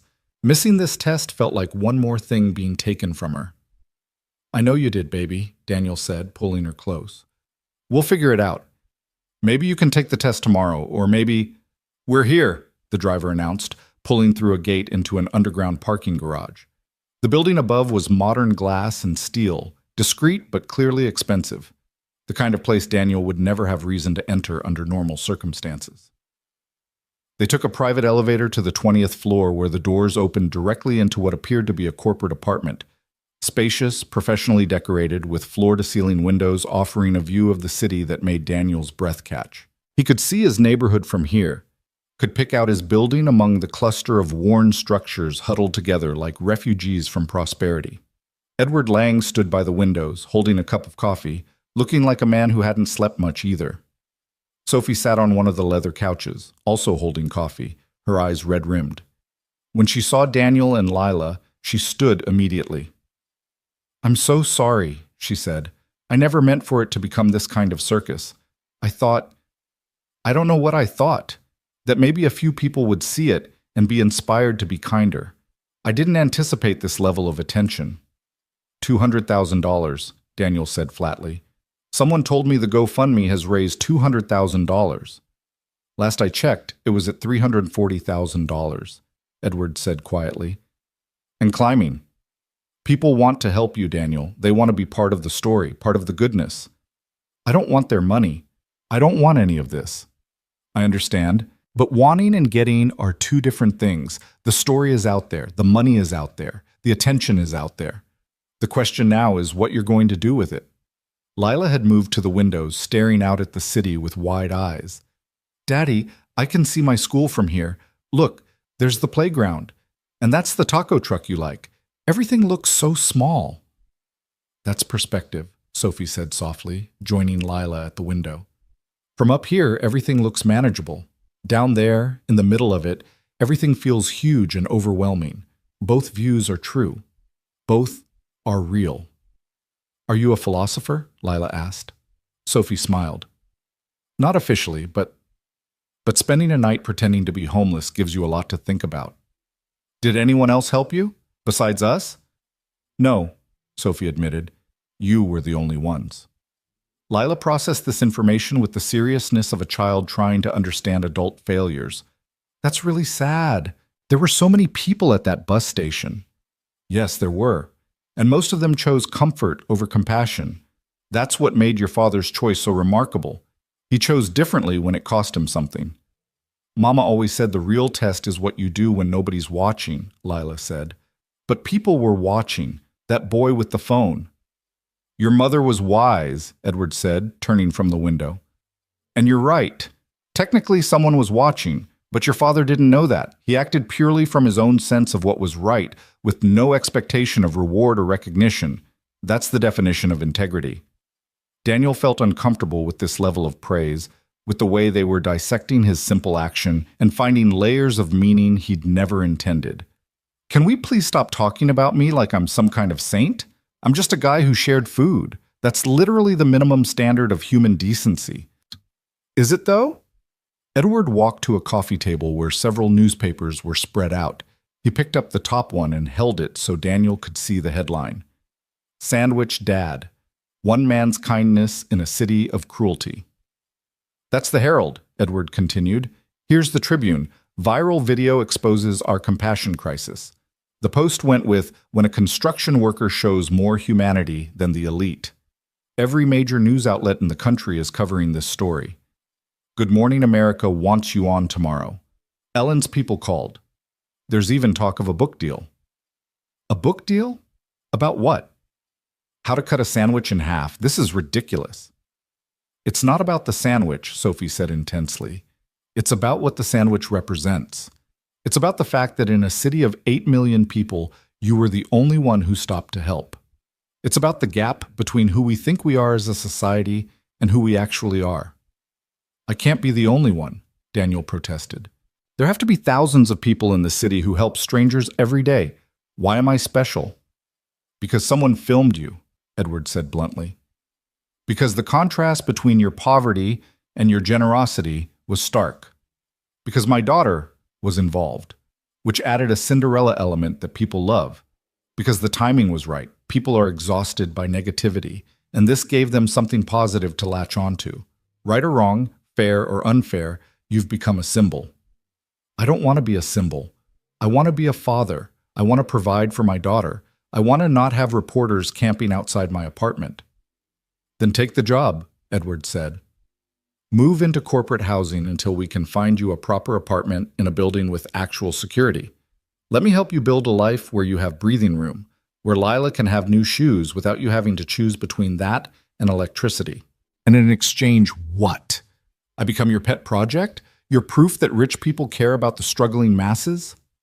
The words came out harsher than Daniel intended, but he was exhausted and overwhelmed and angry at a situation he hadn't asked for and couldn't control. Edward didn't flinch. In exchange, you do exactly what I described last night. You help my company and my foundation actually serve the communities we claim to care about. You bring perspective we desperately need. You help us be better. And if I fail, if I'm terrible at the job, what then? You keep me on anyway because firing the sandwich dad would be bad publicity? If you're terrible at the job, we'll figure out a different role that suits your skills better, Edward said calmly. But I don't think you'll be terrible. I think you'll be exactly what we need. You don't know me.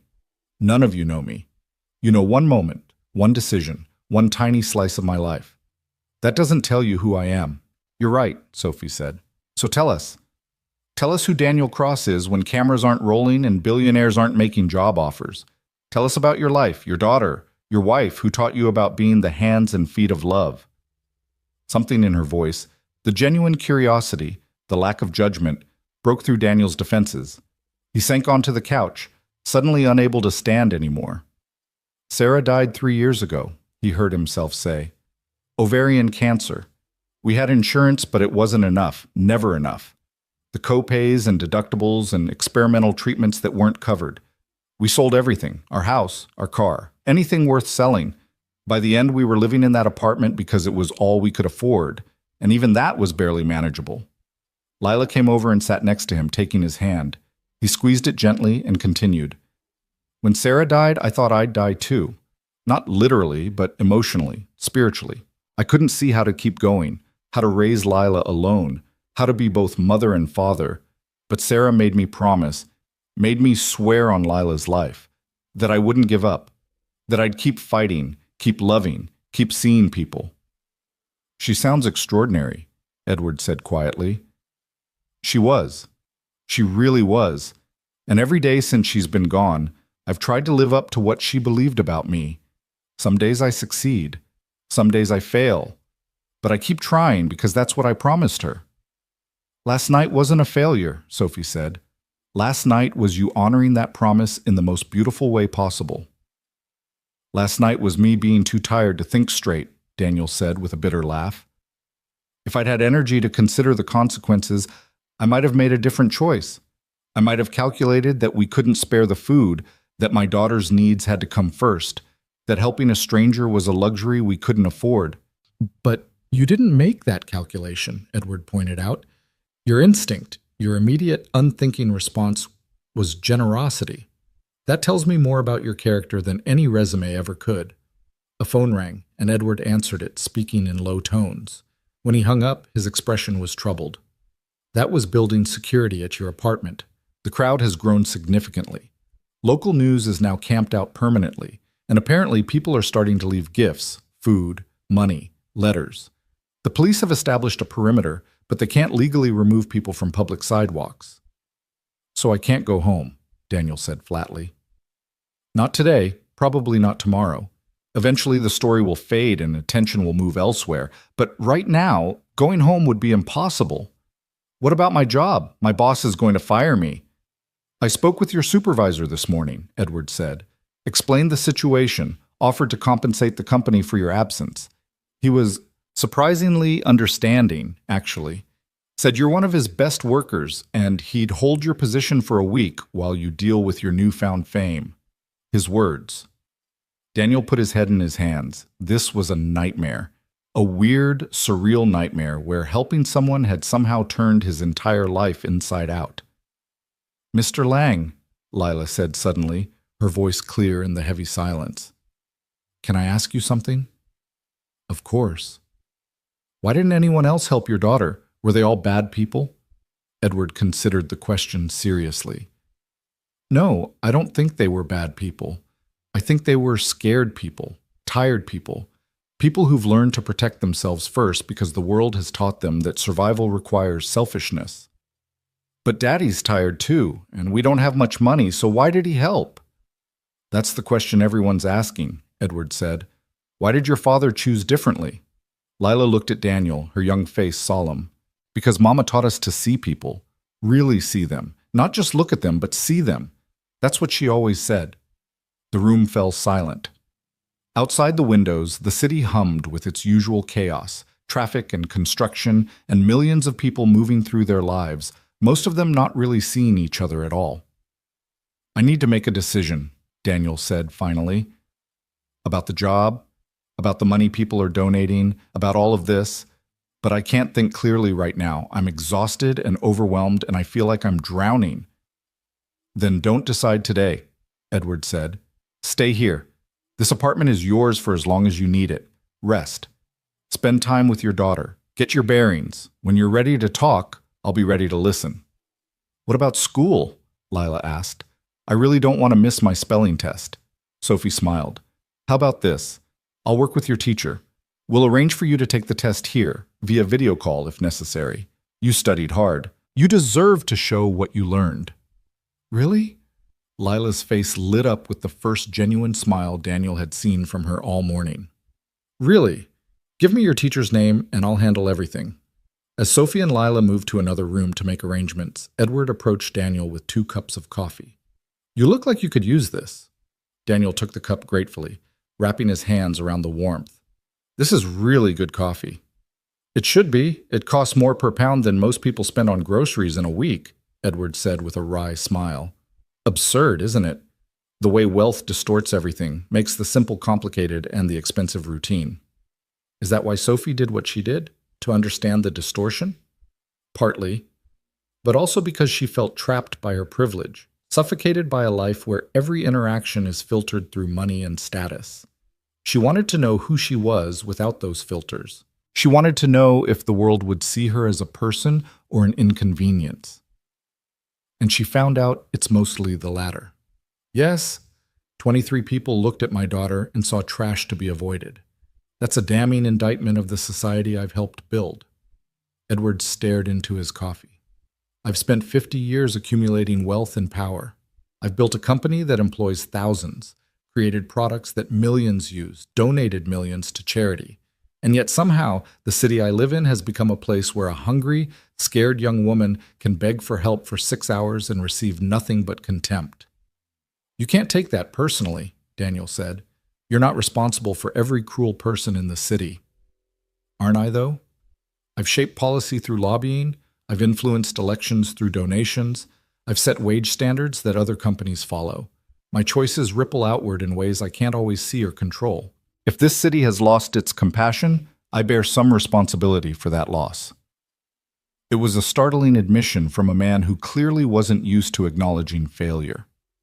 Daniel found himself reevaluating Edward Lang, not as a billionaire or a potential employer, but as a father wrestling with uncomfortable truths about his daughter and his world.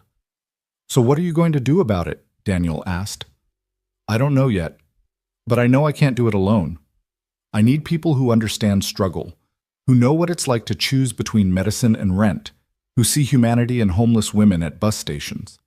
He looked at Daniel directly. I need people like you. I'm not special, Daniel said again, but with less conviction this time. Maybe not, but you're different, and right now, different is exactly what we need. They sat in silence for a while, drinking expensive coffee and watching the city below.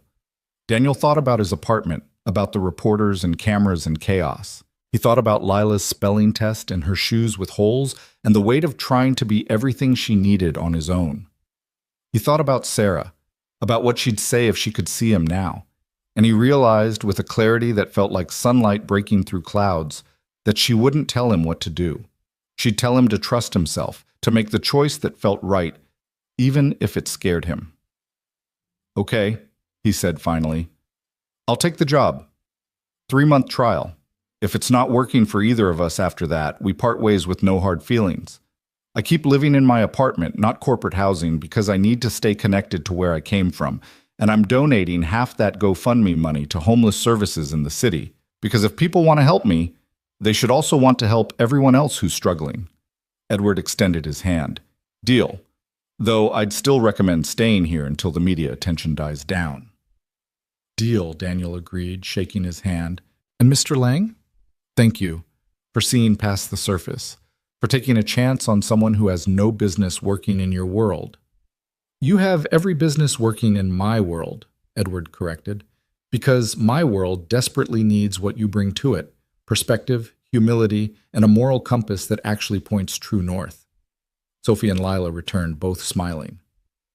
Your teacher says you can take the test via Zoom at 2 p.m., Sophie announced. She's really excited for you and says the whole school is talking about your dad. Great, Lila said, but she looked worried. Are they saying mean things? Some kids are jealous, Sophie admitted, but most of them think your dad is pretty amazing. There's apparently going to be an assembly next week about kindness, inspired by what happened. An assembly about my dad's sandwich, Lila said wonderingly. That's so weird. Welcome to viral fame, Sophie said with a laugh, where everything becomes weird and nothing makes sense anymore. Speaking of which, Edward said, pulling out his phone, the media requests are becoming more insistent. We need to decide how to handle this. Do you want to do interviews, make a statement, or try to write it out silently? Daniel thought about Marcus Chen, about the teenage boy who'd looked so worried that he'd done something wrong, about the power of storytelling, of showing rather than telling. One interview, he said, local news, someone reputable.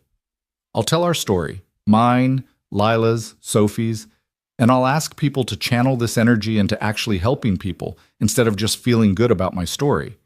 After that, no more interviews. I'm not a celebrity. I'm a guy trying to live his life. That's wise, Edward said. I'll set it up for tomorrow. Give you time to prepare. Anything else you need? Yeah, Daniel said. Someone to explain to my daughter's class why her dad isn't crazy for giving away his dinner. I can do that, Sophie offered. I'd love to talk to them about what I learned, about why your dad's choice mattered, if that's okay with you. Daniel looked at Lila, who nodded eagerly. That would be amazing. Mrs. Patterson would freak out, in a good way. Then it's settled, Edward said. Sophie visits the school, Daniel does one interview, and we all try to return to some semblance of normal life while using this platform to actually make a difference. Can we also order pizza? Lila asked. I'm really hungry, and we didn't have breakfast. Everyone laughed, the tension in the room finally breaking. Edward called down to his assistant, and 20 minutes later they were eating the best pizza Daniel had ever tasted, wood-fired, fresh mozzarella, the kind of meal that cost more per slice than he usually spent on entire dinners. As they ate, sitting around the coffee table like an unlikely family, Daniel felt something shift inside him. Not hope, exactly.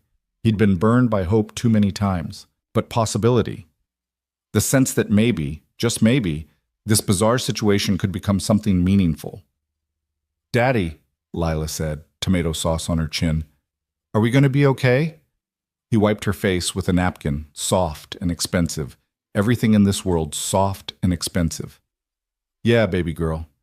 I think we're going to be okay. Better than okay? Maybe. Time will tell. She seemed satisfied with that answer, returning to her pizza with the single-minded focus of a hungry 9-year-old. Daniel watched her eat, watched Sophie and Edward interact with easy comfort, watched the city through the windows continuing its endless dance of chaos and order. His phone buzzed, the ancient flip phone that was basically a fossil at this point. He checked it, expecting his boss or maybe the landlord. Instead, it was a text from a number he didn't recognize. This is Marcus Chen. I got your number from the building directory. Sorry if that's creepy. I just wanted to say thank you for not being mad at me. My dad and I talked this morning, and he gets it now. He said what you said, that being responsible sometimes means doing the uncomfortable thing. Also, I have 2 million followers now, which is insane. People want me to make more videos about everyday heroes. Is that okay? I don't want to exploit anyone else. Daniel smiled despite himself. The kid was going to be all right. He typed back slowly, his thumbs clumsy on the tiny keys. Make the videos, tell the stories. The world needs to see goodness. Just always ask permission first and respect if people say no. You're a good kid, Marcus. Keep being brave. 3 dots appeared, then, thank you. That means everything. If you ever need anything, let me know. I've got your back. A teenage boy with 2 million followers had his back. The absurdity of it made Daniel laugh out loud. What's funny? Sophie asked. Everything. Nothing. This whole impossible day. He set down his phone and picked up another slice of pizza. I gave away half a sandwich, and somehow that turned into pizza with billionaires and a teenager with millions of followers offering to protect me. The world works in mysterious ways, Edward said. Sometimes a small act creates waves you never see coming. That's what Mama used to say, Lila piped up. Be the first ripple. You never know how far the waves will go. Your mama was right, Sophie said softly. About everything, it seems. They finished the pizza, cleaned up, and settled into the strange rhythm of an unexpected day. Lila took her spelling test via Zoom and aced it, beaming with pride. Sophie made calls, managing the media chaos with the efficiency of someone trained to handle pressure. Edward worked from his laptop, occasionally glancing up to offer observations or ask questions. And Daniel sat by those windows, watching his city, thinking about sandwiches and ripples and the strange alchemy that turns ordinary moments into movements. He was scared. Terrified, actually. Everything was changing too fast, spinning beyond his control. But beneath the fear, something else bloomed, a fragile, tentative feeling that might have been gratitude. He tried to help one person, just one. And somehow, impossibly, that single moment of compassion was creating opportunities to help thousands more. Sarah would have loved this. She would have laughed at the absurdity, cried at the beauty, and pushed him forward with her characteristic blend of gentleness and steel. Be the hands and feet, he whispered to her memory. I'm trying, Sarah. I'm really trying.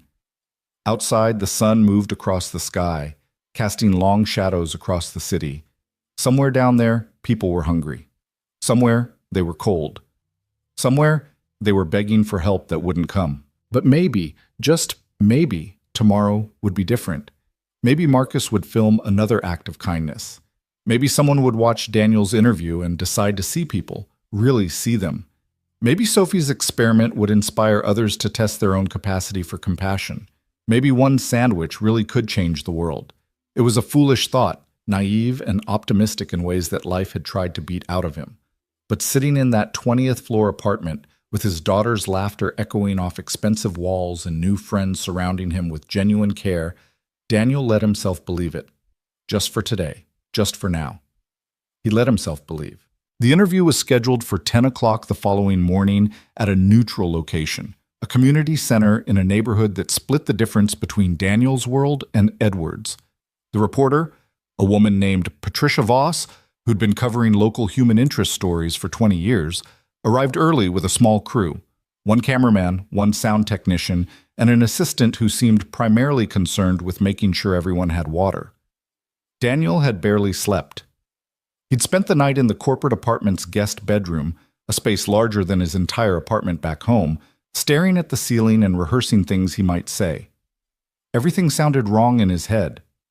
Too defensive, too prideful, too self-deprecating, too preachy. By 4 a.m, he'd given up on sleep entirely and sat by the windows watching the city wake up, street by street, light by light.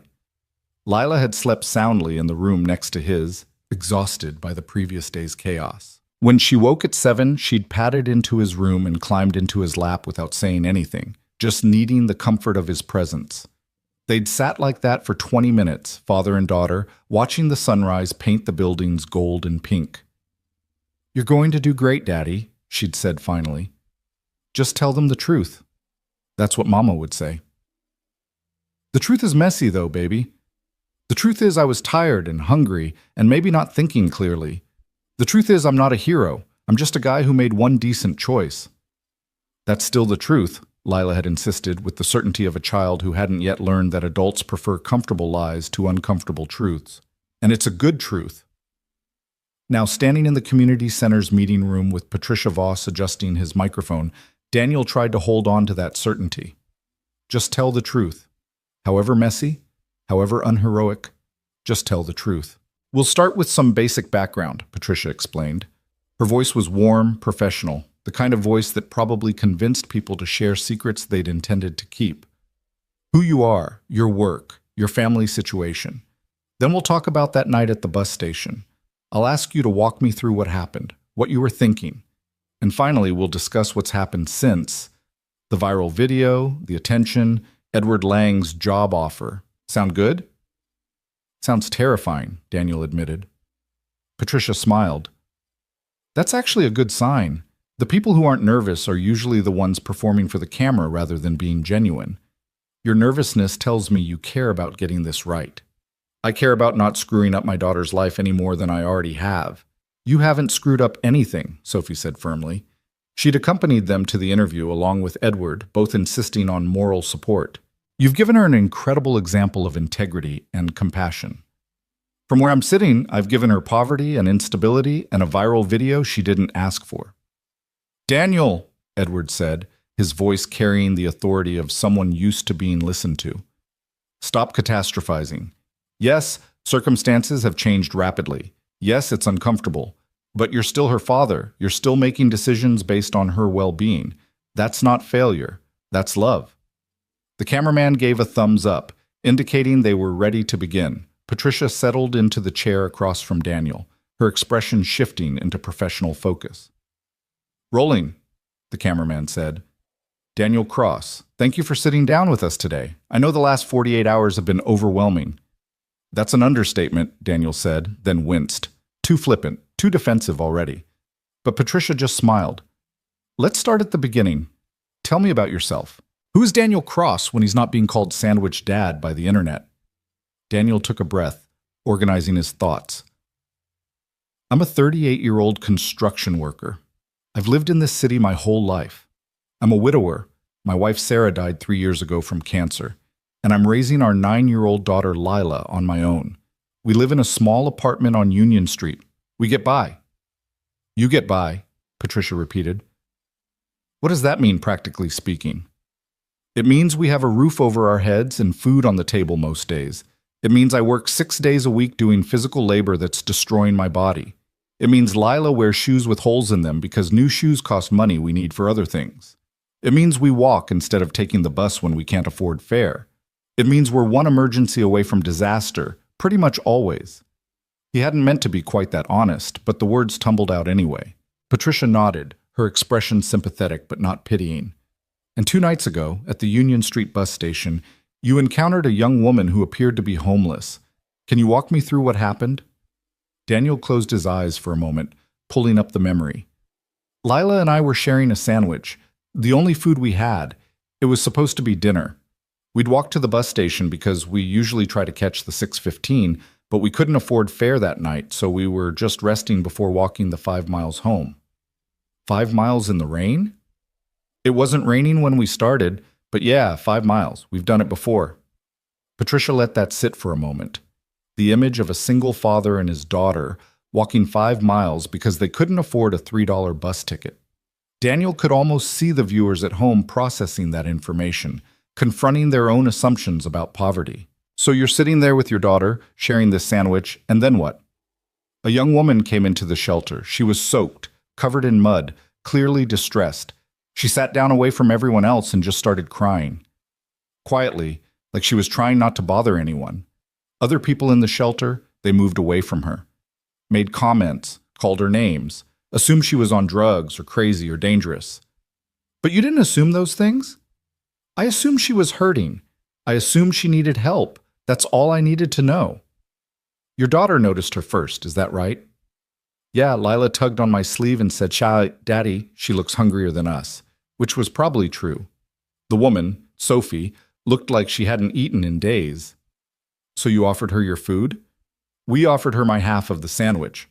Lila kept hers, though knowing my daughter, she would have shared too if I'd let her. Patricia leaned forward slightly. You were hungry. Your daughter was hungry. You had one sandwich between you. Why give away half of it to a stranger? It was the question everyone wanted answered, the mystery at the heart of the viral moment. Daniel struggled to find words that would adequately explain something that felt obvious to him. Because she needed it more than I did. Because hunger is hunger, whether it's my hunger or someone else's. Because my wife Sarah spent our entire marriage teaching me to see people, really see them, not just look past them like they're obstacles or scenery. Because my daughter was watching, and I needed her to understand that having very little isn't an excuse for giving nothing. He paused, then added more quietly, and honestly, because it was the only thing I could give. I couldn't offer money. We don't have any. I couldn't offer a place to stay or a job or any material help. But I had half a sandwich, and that was something. It felt like the absolute least I could do. The least you could do? Patricia echoed. Yet 23 other people that night apparently felt the least they could do was nothing at all. I can't speak for them. I don't know their circumstances or their fears or what they've been through that made them respond the way they did. But yeah, Sophie told me later that we were the 24th people she'd approached. We were the only ones who helped. How does that make you feel? Sad. Really sad. Because it means we're living in a city where people are so overwhelmed, so afraid, so disconnected from each other that basic compassion has become rare. And that shouldn't be rare. That should be normal. Patricia glanced at her notes. Some of our viewers might be wondering, at what point did you realize this wasn't just any homeless woman? That Sophie was actually Sophie Lang, daughter of one of the wealthiest men in the country? Not until the next night, when her father's lawyer showed up at my apartment at midnight. Daniel allowed himself a small smile at the memory. That was quite a shock. I'd given away my dinner to a billionaire's daughter without knowing it. The irony wasn't lost on me. Did that knowledge change how you felt about what you'd done? No, she was still hungry. She still needed help. Her bank account didn't change those facts. Sophie Lang has spoken publicly about her experiment, going out into the city disguised as homeless to see how people would treat her. Some critics have called it privileged, even cruel, playing with homelessness when real people are suffering from it every day. Do you have thoughts on that? Daniel considered carefully. He knew Sophie was watching this interview, knew Edward was watching, knew this answer could either validate or condemn what Sophie had done. I think Sophie was trying to understand something she couldn't understand from comfort. Was it perfect? No. Did it require privilege to even attempt? Absolutely. But I also think it took courage to voluntarily experience what millions of people experience involuntarily every day. And most importantly, she's using what she learned to try to change things. That matters. Speaking of change, Edward Lang has offered you a position with his company, Community Liaison, helping direct resources to underserved populations. Have you accepted? I have. 3-month trial period, but yes, I'm taking the job. Some people might say you're being bought off, that Edward Lang is using you as a PR opportunity, capitalizing on your moment of goodness for his own benefit. There it was. The question designed to create conflict, to generate the kind of controversy that kept stories alive in news cycles. Daniel felt his jaw tighten, but he kept his voice level. Some people will always find a way to make kindness complicated. Yes, Edward Lang is wealthy and powerful. Yes, this situation creates good publicity for him and his company. But none of that changes the fact that he's offering me an opportunity to help more people than I could ever help from a construction site. If I can use this bizarre situation to actually make a difference, to advocate for people who usually don't get heard in corporate boardrooms, then I'd be stupid to refuse out of some misplaced sense of pride.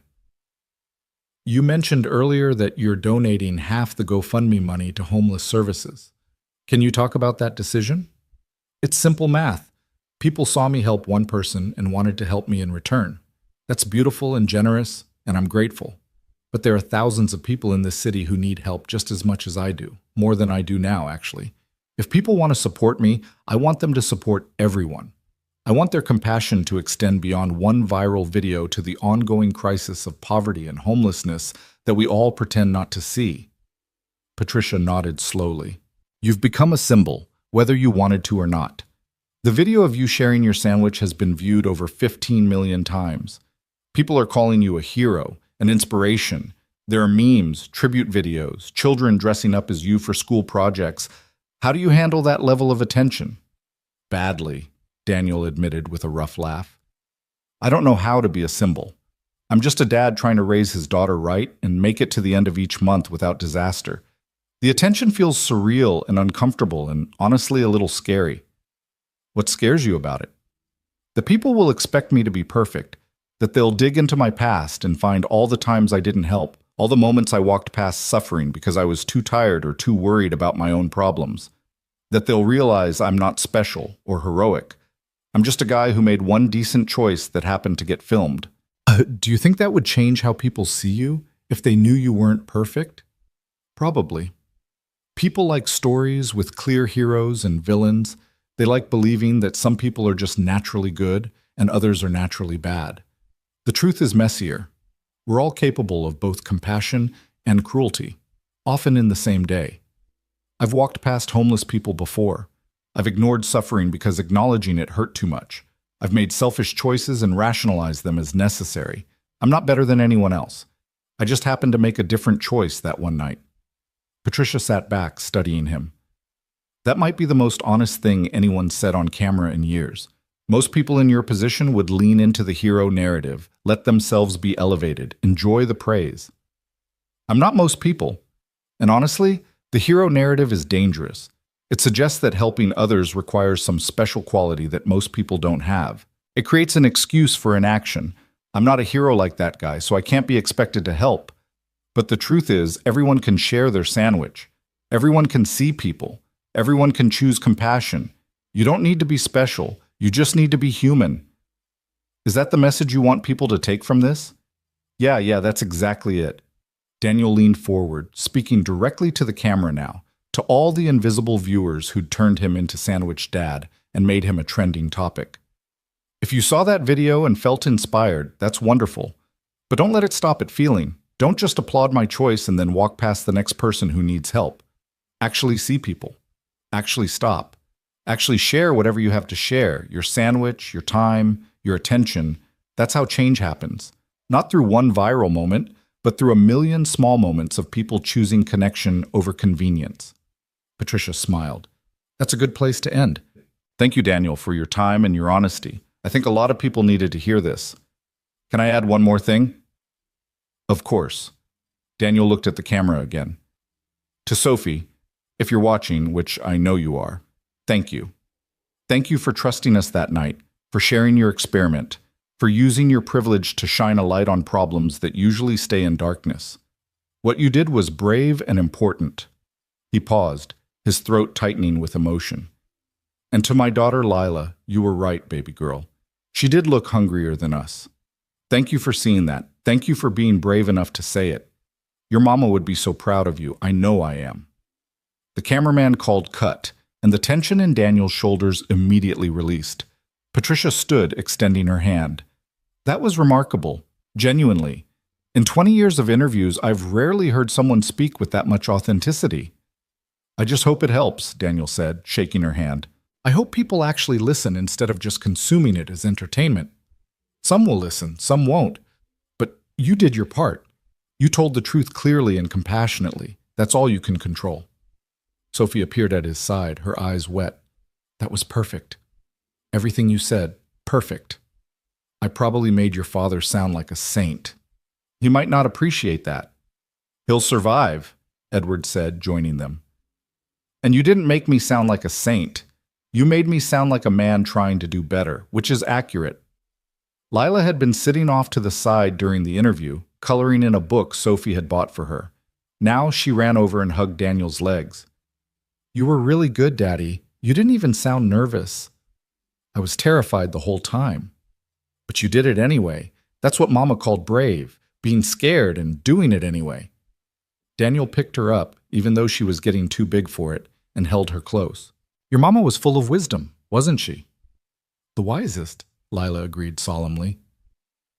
The crew packed up their equipment, and Patricia promised the interview would air that evening on the 6 o'clock news and be available online immediately after.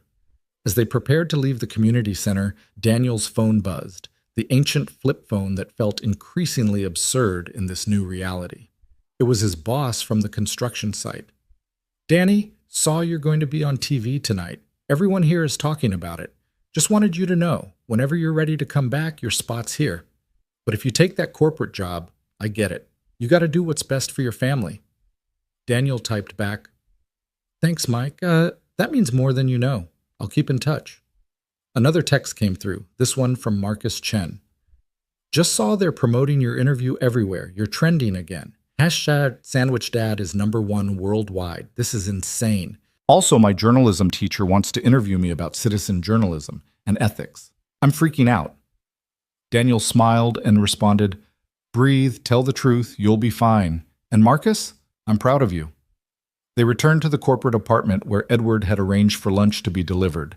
Actual food, not pizza this time, but an elaborate spread of sandwiches and salads and fresh fruit that probably cost more than Daniel's weekly grocery budget. I'm going back to the office for a few hours, Edward said as they ate. Board meeting I can't miss. But I'll be back before the interview airs. I want to watch it with you, if that's all right. You don't have to do that. I know, but I want to. This story involves my daughter. It involves a choice I'm making about my company's direction. I want to see how it's presented to the world. After Edward left, Sophie suggested taking Lila to a nearby park, someplace quiet where she could be a normal kid for an hour, away from cameras and reporters and the weight of viral fame. Is that safe? Daniel asked. Won't people recognize us? Not if we're careful, Sophie said. She pulled out a baseball cap and sunglasses. Celebrity disguise 101. You'd be amazed how invisible you can become with the right accessories. They walked 3 blocks to a small neighborhood park, one of those hidden green spaces that city residents treated like precious secrets. Children played on swings and slides, parents chatted on benches, and for a brief, beautiful moment, everything felt normal. Lila ran to the swings immediately, and Sophie followed her, pushing her higher and higher, while Lila laughed with pure, uncomplicated joy. Daniel sat on a bench and just watched, feeling something loosen in his chest, some knot of tension he'd been carrying for so long he'd forgotten it was there. Your daughter is wonderful, a voice said beside him. Daniel turned to find an elderly woman sitting at the other end of the bench. She had kind eyes and gray hair pulled back in a neat bun. Thank you. I think so, but I'm biased. You're the sandwich dad, aren't you? The woman said it without fanfare, just simple recognition. Daniel tensed. I am. Is that going to be a problem? Why would it be a problem? You did something good. The world needs more of that. She extended a weathered hand. I'm Margaret. Margaret Chen. Wait, Chen. Are you related to Marcus? Margaret's face lit up. He's my grandson. Wonderful boy. Too much time on his phone, but wonderful nonetheless. He told me about meeting you last night. Said you were kind to him when he was worried about the video. He's a good kid. He was just doing what journalists should do. He wants to be like you when he grows up, Margaret said softly. Not famous. He doesn't care about that. But decent. The kind of man who sees people and helps them. That's because of you. That's because of his parents and you, Daniel corrected. I just gave him permission to trust his instincts. Sometimes that's all young people need, permission to be good in a world that often rewards cruelty. Margaret pulled out a small paper bag from her purse. I baked cookies this morning, chocolate chip. Would you and your daughter like some? Daniel accepted the bag, touched by the gesture. Thank you. That's very kind. It's just cookies. You gave away your dinner. I think I can manage cookies. They sat in comfortable silence for a while, watching Lila and Sophie on the swings. Finally, Margaret spoke again. My husband died 8 years ago. Heart attack. Very sudden. For a long time after, I felt invisible, like I'd stopped being a person and become a category. Widow, elderly, irrelevant. People looked through me on the street, talked over me in stores, treated me like furniture. I'm sorry, Daniel said quietly. Then one day I was struggling with grocery bags at the bus stop, and a young man, couldn't have been more than 20, stopped and asked if I needed help. Not because someone told him to, not because he wanted something, just because he saw me struggling and decided to care. He carried my bags all the way to my apartment, 3 blocks out of his way, and refused to take money for it. Said his grandmother had taught him better. She turned to look at Daniel directly. That small act, 5 minutes of his time, reminded me I was still a person worth seeing, worth helping. It sounds dramatic, but it genuinely changed something in me. I started noticing other invisible people. Started helping when I could. That's what your sandwich did, Daniel. It reminded people that visibility and compassion aren't luxuries, they're necessities. I didn't mean to start a movement, Daniel said. I really didn't. The best movements aren't planned. They're sparked by people who just do what seems right and let others carry the flame forward. Margaret stood, brushing cookie crumbs from her lap. Take care of yourself and that beautiful daughter, and don't let the attention corrupt what makes you special, that you genuinely don't think you're special. She walked away before Daniel could respond, leaving him with a bag of homemade cookies and a lump in his throat. When they returned to the apartment, Edward was already back, sitting in front of the large television with his laptop open. Interview airs in 10 minutes, he announced. I've got popcorn. Popcorn for news? Lila asked, delighted. Popcorn for everything, Edward declared. It's one of life's perfect foods. They settled on the couch together. Daniel, Lila, Sophie, and Edward, this strange assembled family bound by circumstance and sandwiches. When the news began, Patricia Voss's face filled the screen. Tonight, an exclusive interview with the man the internet has dubbed Sandwich Dad, she began. Daniel Cross, a 38-year-old construction worker and single father, whose simple act of sharing his dinner with a stranger has captivated the nation and sparked a conversation about compassion, poverty, and what we owe each other. Daniel watched himself on screen, barely recognizing the tired-looking man in the uncomfortable chair. But as the interview progressed, he found himself relieved by what he saw. He hadn't sounded preachy or self-righteous. He'd sounded human, flawed, uncertain, trying his best. When he told Lila on camera that her mama would be proud of her, Lila buried her face in his shoulder and cried. Happy tears, sad tears, the complicated mixture of grief and joy that defined their life without Sarah. You really meant that, didn't you? She whispered, about Mama being proud. Every word, baby girl. Every single word. The interview concluded with Daniel's message to viewers, his challenge to move beyond feeling inspired to actually taking action. Patricia's closing commentary praised his authenticity and honesty, noting that in an age of carefully crafted public images, Daniel Cross had refused to perform for the camera. Edward muted the television as commercials began. That was powerful. Genuinely. You gave people something to think about without making them feel judged or inadequate. I just told the truth, which is rare and more valuable than you realize, Sophie said. Most people in your position would have seized the hero narrative, let themselves be elevated. You did the opposite. You reminded everyone they're capable of the same choices you made. Daniel's phone buzzed, then buzzed again and again. Text after text from numbers he didn't recognize, messages flooding in faster than he could read them. Your interview is already online, Edward said, checking his laptop. And people are responding. Look at this. He turned the screen so Daniel could see. Social media was exploding with reactions. The hashtag #CPeople was trending alongside #SandwichDad. People were posting their own stories of helping strangers, of being helped by strangers, of choosing compassion over convenience. Someone started a challenge, Sophie said, scrolling through her own phone. The Sandwich Challenge. People are committing to doing one act of anonymous kindness per day for a week and documenting it without revealing who they helped or showing faces, just proving they did it. That's amazing, Lila said, reading over Sophie's shoulder. People are being nice because of Daddy's sandwich.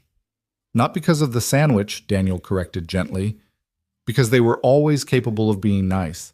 They just needed permission to act on it. More texts came through. Mike from the construction site. Proud to know you, man. Drinks on me when this circus ends. Mrs. Chen from his building. My Marcus is crying watching your interview. You gave him hope that goodness matters. Thank you. Someone claiming to be from the mayor's office. Mayor Rodriguez would like to meet with you to discuss community initiatives.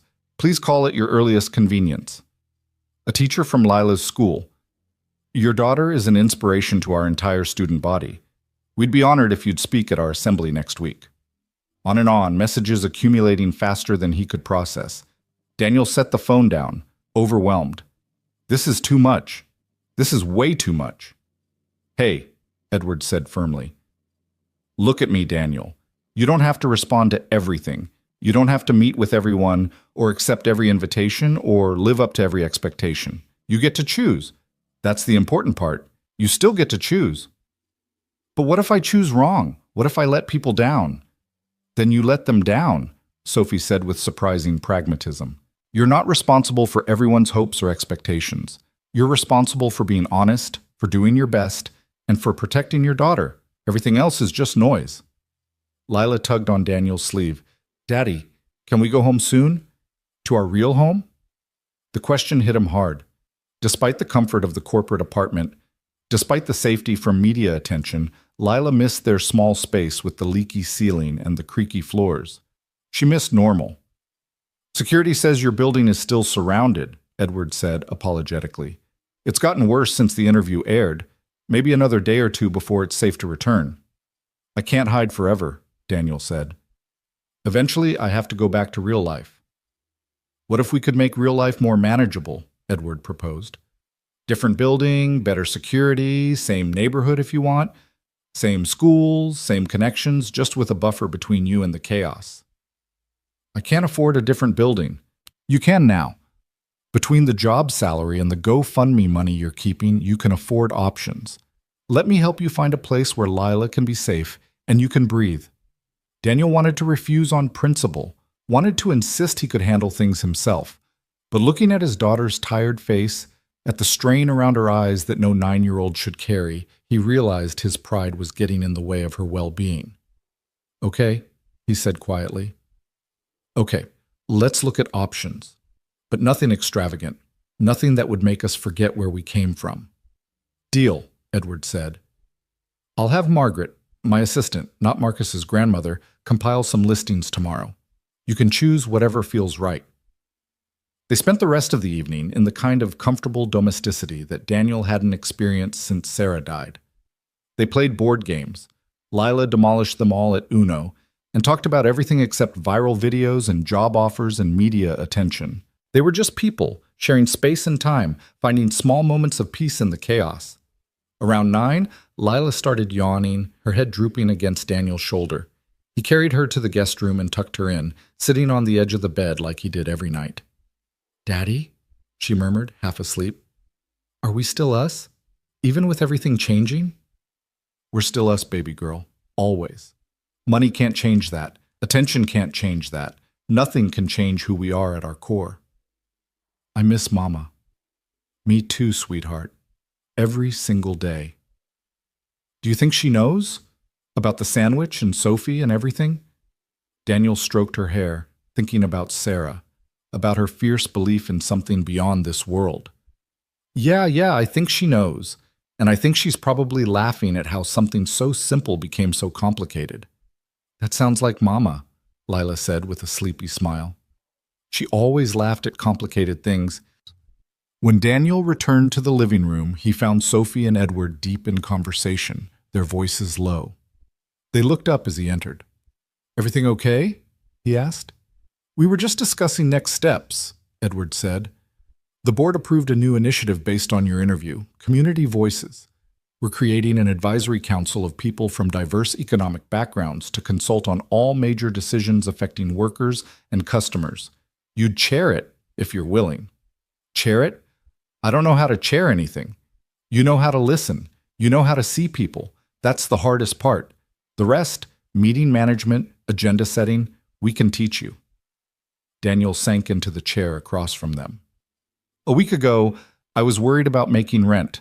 Now I'm supposedly chairing advisory councils and being offered apartments and turning down interview requests. Nothing about this makes sense.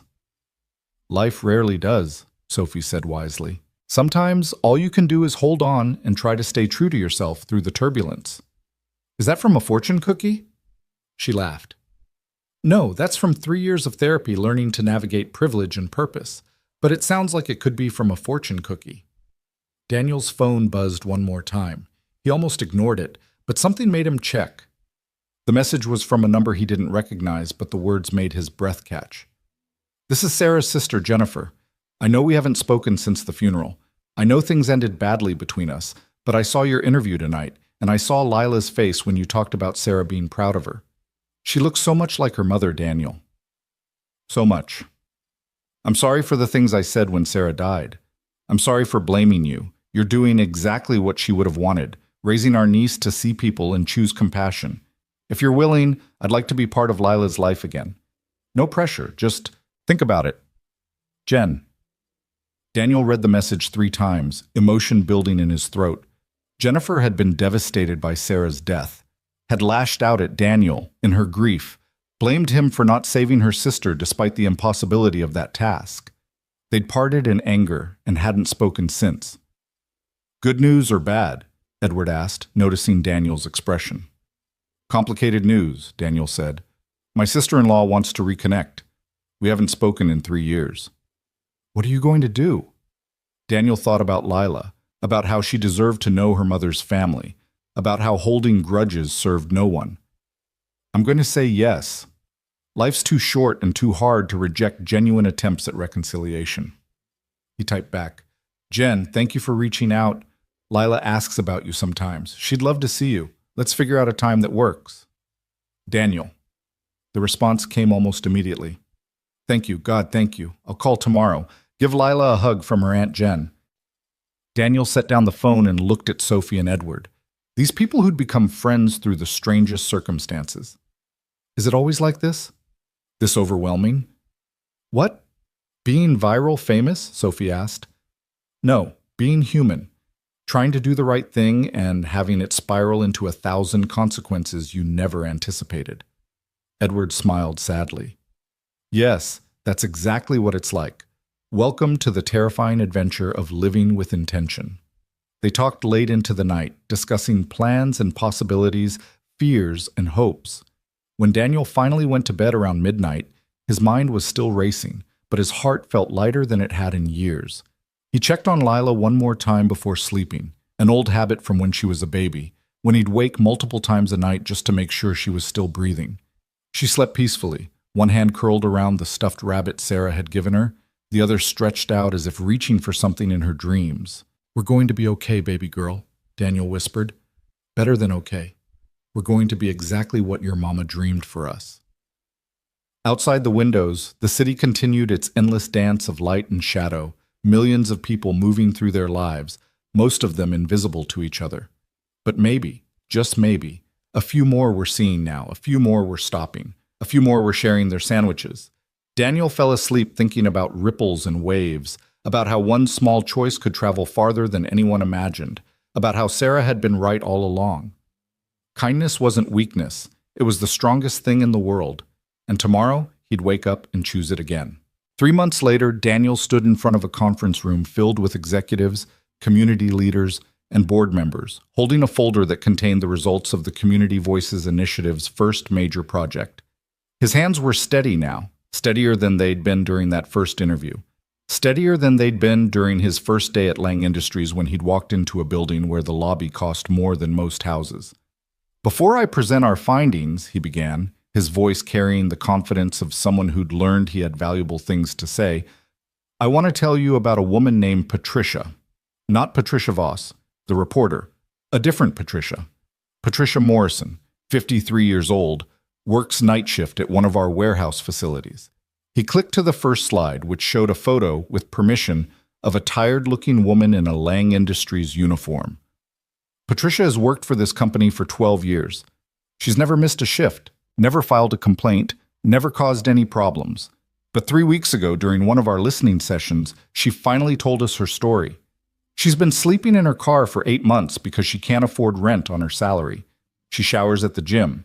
She eats 1 meal a day, and she's terrified that if anyone found out, she'd be fired for not having a permanent address.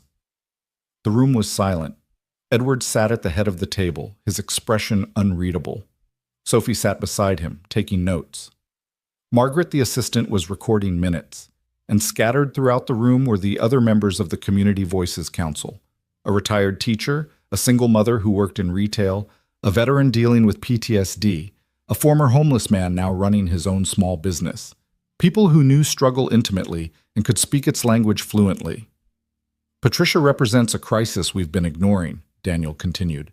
We have employees, good, loyal, hard-working employees who can't afford to live in the city where they work, who are one emergency away from homelessness, who come to work exhausted because they're sleeping in their cars or doubled up in overcrowded apartments or skipping meals to pay rent. He advanced to the next slide, which showed statistics the council had compiled over the past 3 months. 18% of our hourly workers are housing insecure. 27% have skipped meals in the past month to cover other expenses. 43% have no emergency savings whatsoever.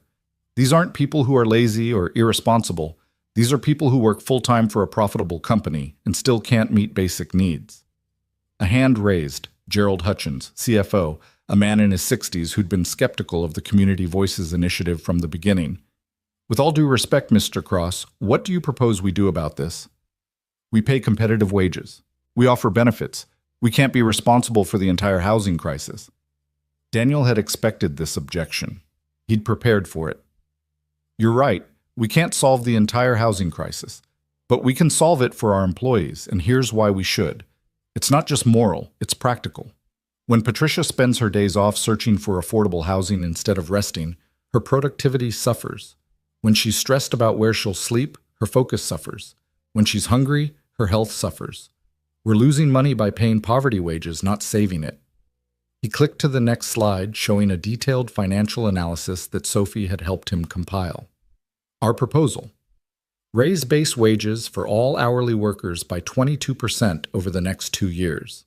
Establish a housing assistance program that provides rent subsidies for employees earning below a certain threshold. Create an on-site food pantry stocked with quality groceries, not just cheap processed food. Partner with local landlords to secure affordable units for our workforce. Total cost to the company: approximately $47 million over 2 years. The number hung in the air. Several board members shifted uncomfortably. Gerald looked like he was about to have a stroke. $47 million, he repeated. You're proposing we spend $47 million to ensure that the people who make this company run can afford to live with dignity, Daniel interrupted. Yes, that's exactly what I'm proposing. That's nearly 15% of our annual profits. It is. And in return, we'll see decreased turnover, increased productivity, better employee health, and a workforce that's actually loyal to the company instead of just trapped by lack of options. But more than that, Daniel paused, making sure he had everyone's attention. We'll be able to look our employees in the eye and honestly say we value them. Right now, that's a lie. We can't honestly say we value people we're allowing to sleep in their cars. Edward leaned forward, speaking for the first time since the presentation began. You've done your homework on this, Daniel. What's the expected ROI? Conservative estimates suggest we'll break even within 4 years through reduced turnover and training costs alone. But if you're asking me whether this pencils out as a pure profit-maximizing decision, the answer is no. This is about defining what kind of company we want to be. Do we want to be the kind that extracts maximum value from workers while they struggle? Or do we want to be the kind that recognizes human dignity isn't negotiable? That's a false dichotomy, Gerald argued. We can respect human dignity and still maintain fiscal responsibility. Can we? Daniel challenged. Because right now we're doing neither. We're paying people so little they can't afford housing, and we're losing institutional knowledge every time someone quits because they found a job that pays 50 cents more per hour. That's not fiscal responsibility. That's short-term thinking disguised as prudence. The debate continued for another hour, passionate and occasionally heated. Daniel held his ground, backed by data and personal stories, and the moral authority of someone who'd lived the struggle he was describing. The other council members chimed in, each adding their perspective, their expertise, their humanity to the argument. Finally, Edward called for a vote. The proposal passed. Barely. 8 votes in favor, 7 against.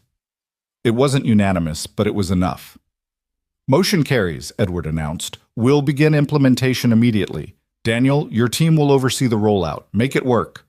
As the room cleared, Gerald approached Daniel with a grudging expression that might have been respect. That was impressive, he admitted. I still think you're being naive about human nature and economics, but I'll give you credit.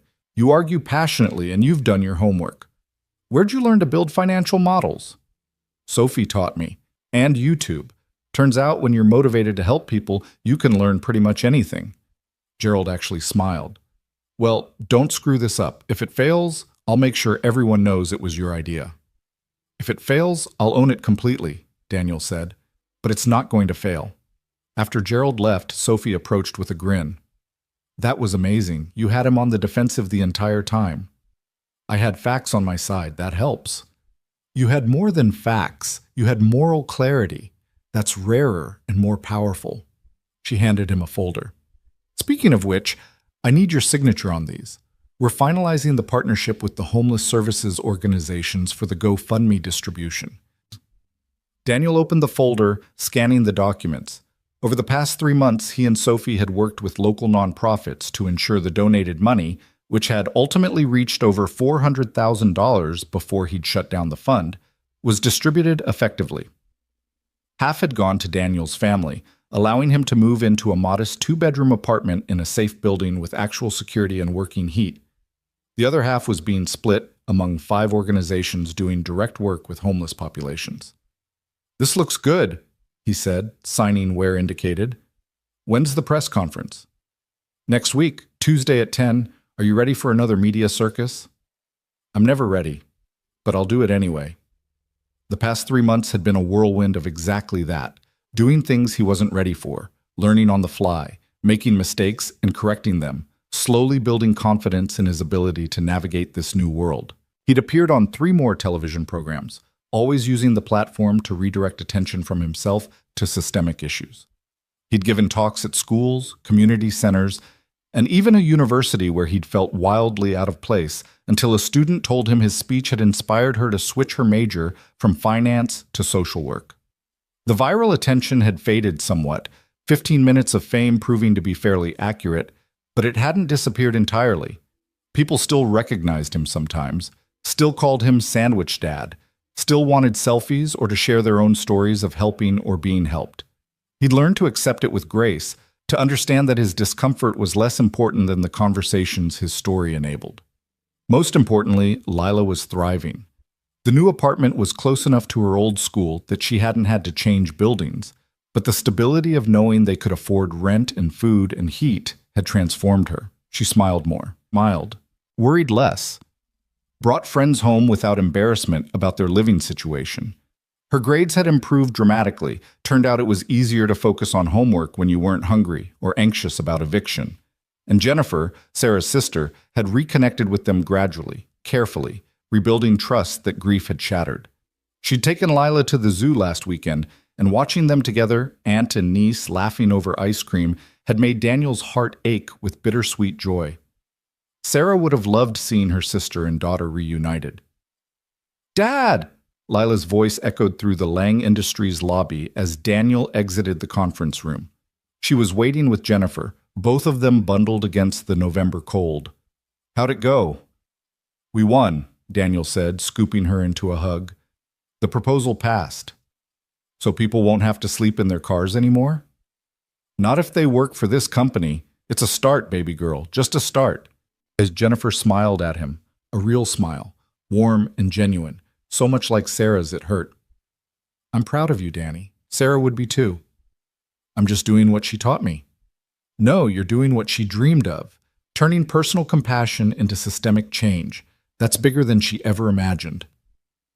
They walked out together into the crisp autumn afternoon. The city looked different to Daniel now, though he couldn't quite articulate how. Maybe it was that he saw more, really saw more. The homeless man on the corner wasn't just scenery anymore. He was James, a veteran Daniel had met during a Community Voices outreach session. The woman struggling with groceries wasn't an inconvenience. She was someone who might need help. The world had become populated with people instead of obstacles. "Can we stop at the bus station?" Lila asked suddenly. "The one where it all happened?" Daniel and Jennifer exchanged glances. "Why, sweetheart?" "I don't know. I just want to see it again. Remember where we were before everything changed." They took the subway. Daniel could afford taxis now, but he preferred public transportation, liked staying connected to how most people actually lived, and emerged at Union Street Station as evening approached. The same tired bus shelter, the same cracked benches, the same faded schedule board. But something was different. Someone had painted a mural on the metal wall, a beautiful, detailed image of hands breaking bread, sharing food, people of all backgrounds connected by simple acts of kindness. At the bottom, in flowing script, it read, "Be the first ripple. You never know how far the waves will go." "It's Mama's saying," Lila breathed. "Someone painted Mama's saying." Daniel felt tears prick his eyes. He walked closer to the mural and saw a small plaque. "In memory of Sarah Cross, who taught us to see people, and in honor of Daniel Cross, who showed us how. Commissioned by the Union Street Community Coalition. Artist, Marcus Chen." "Marcus painted this?" Daniel pulled out his phone and texted the teenager. "Just saw the mural. It's beautiful. Thank you." The response came immediately. "You inspired it. 5 million people have watched my video about painting it. Turns out art and kindness make pretty good content. Who knew? Also, I got accepted to journalism school early admission. Full scholarship. Because of the Sandwich Dad coverage.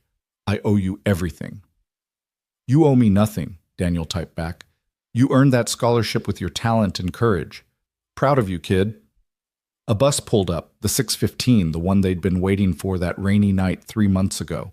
The doors opened and passengers filed out, most of them looking tired, worn down by the demands of work and life and the endless grind of making ends meet. Daniel recognized one of them, Patricia Morrison, the woman he'd mentioned in his presentation. She saw him and stopped, her eyes widening. Mr. Cross, I didn't expect... I heard about the proposal passing, but I didn't think I'd run into you here. This is where it all started, Daniel said simply. Seemed right to come back. Patricia looked at the mural, at the painted hands sharing bread, and her eyes filled with tears. That's going to be me, isn't it? I'm going to be able to afford an apartment. A real apartment with heat and running water and a door that locks. You are. Within the month, if everything goes according to plan. She covered her mouth with her hand, trying to hold back sobs. I've been so scared for so long, and I kept thinking if I just work harder, if I just hold on a little longer, something will change. But nothing ever changed, until you. Not me, Daniel corrected gently. Until we decided we couldn't accept this as normal anymore, until enough people chose to see instead of looking away. Patricia hugged him, quick and fierce, then hurried away, crying openly now. Jennifer put her arm around Daniel's shoulders. You did that, she said softly. You changed that woman's life. I gave away a sandwich, Daniel said. That's all. That's everything, Lila corrected, echoing Sophie's words from months ago. Mama always said small things become big things if enough people care. They stood at the bus station for a while longer, watching people come and go, each of them carrying their own stories, their own struggles, their own invisible burdens. Daniel thought about how easy it would be to look away, to focus only on his own life now that it was more comfortable. How tempting it was to let success insulate him from discomfort. But he'd made a promise, to Sarah, to himself, to Lila, to keep seeing, to keep helping, to keep being the first ripple even when the waves were hard to measure. Ready to go home? Jennifer asked. Yeah, Daniel said. Let's go home. Home was the 2-bedroom apartment on the 4th floor of a building with working elevators and heat that actually heated. It was modest by most standards, definitely modest by Edward Lang's standards, but to Daniel and Lila, it was a castle. Lila had her own room, decorated with posters and books, and the kind of normal childhood clutter that poverty usually prevented. Daniel had a real bed instead of a couch. The refrigerator hummed quietly and stayed cold and was usually full of actual food. But what made it home wasn't the physical space. It was the photos on the walls. Sarah laughing at their wedding, Sarah holding newborn Lila, Sarah in the garden of the house they'd lost, Sarah everywhere, present in memory even as she was absent in body.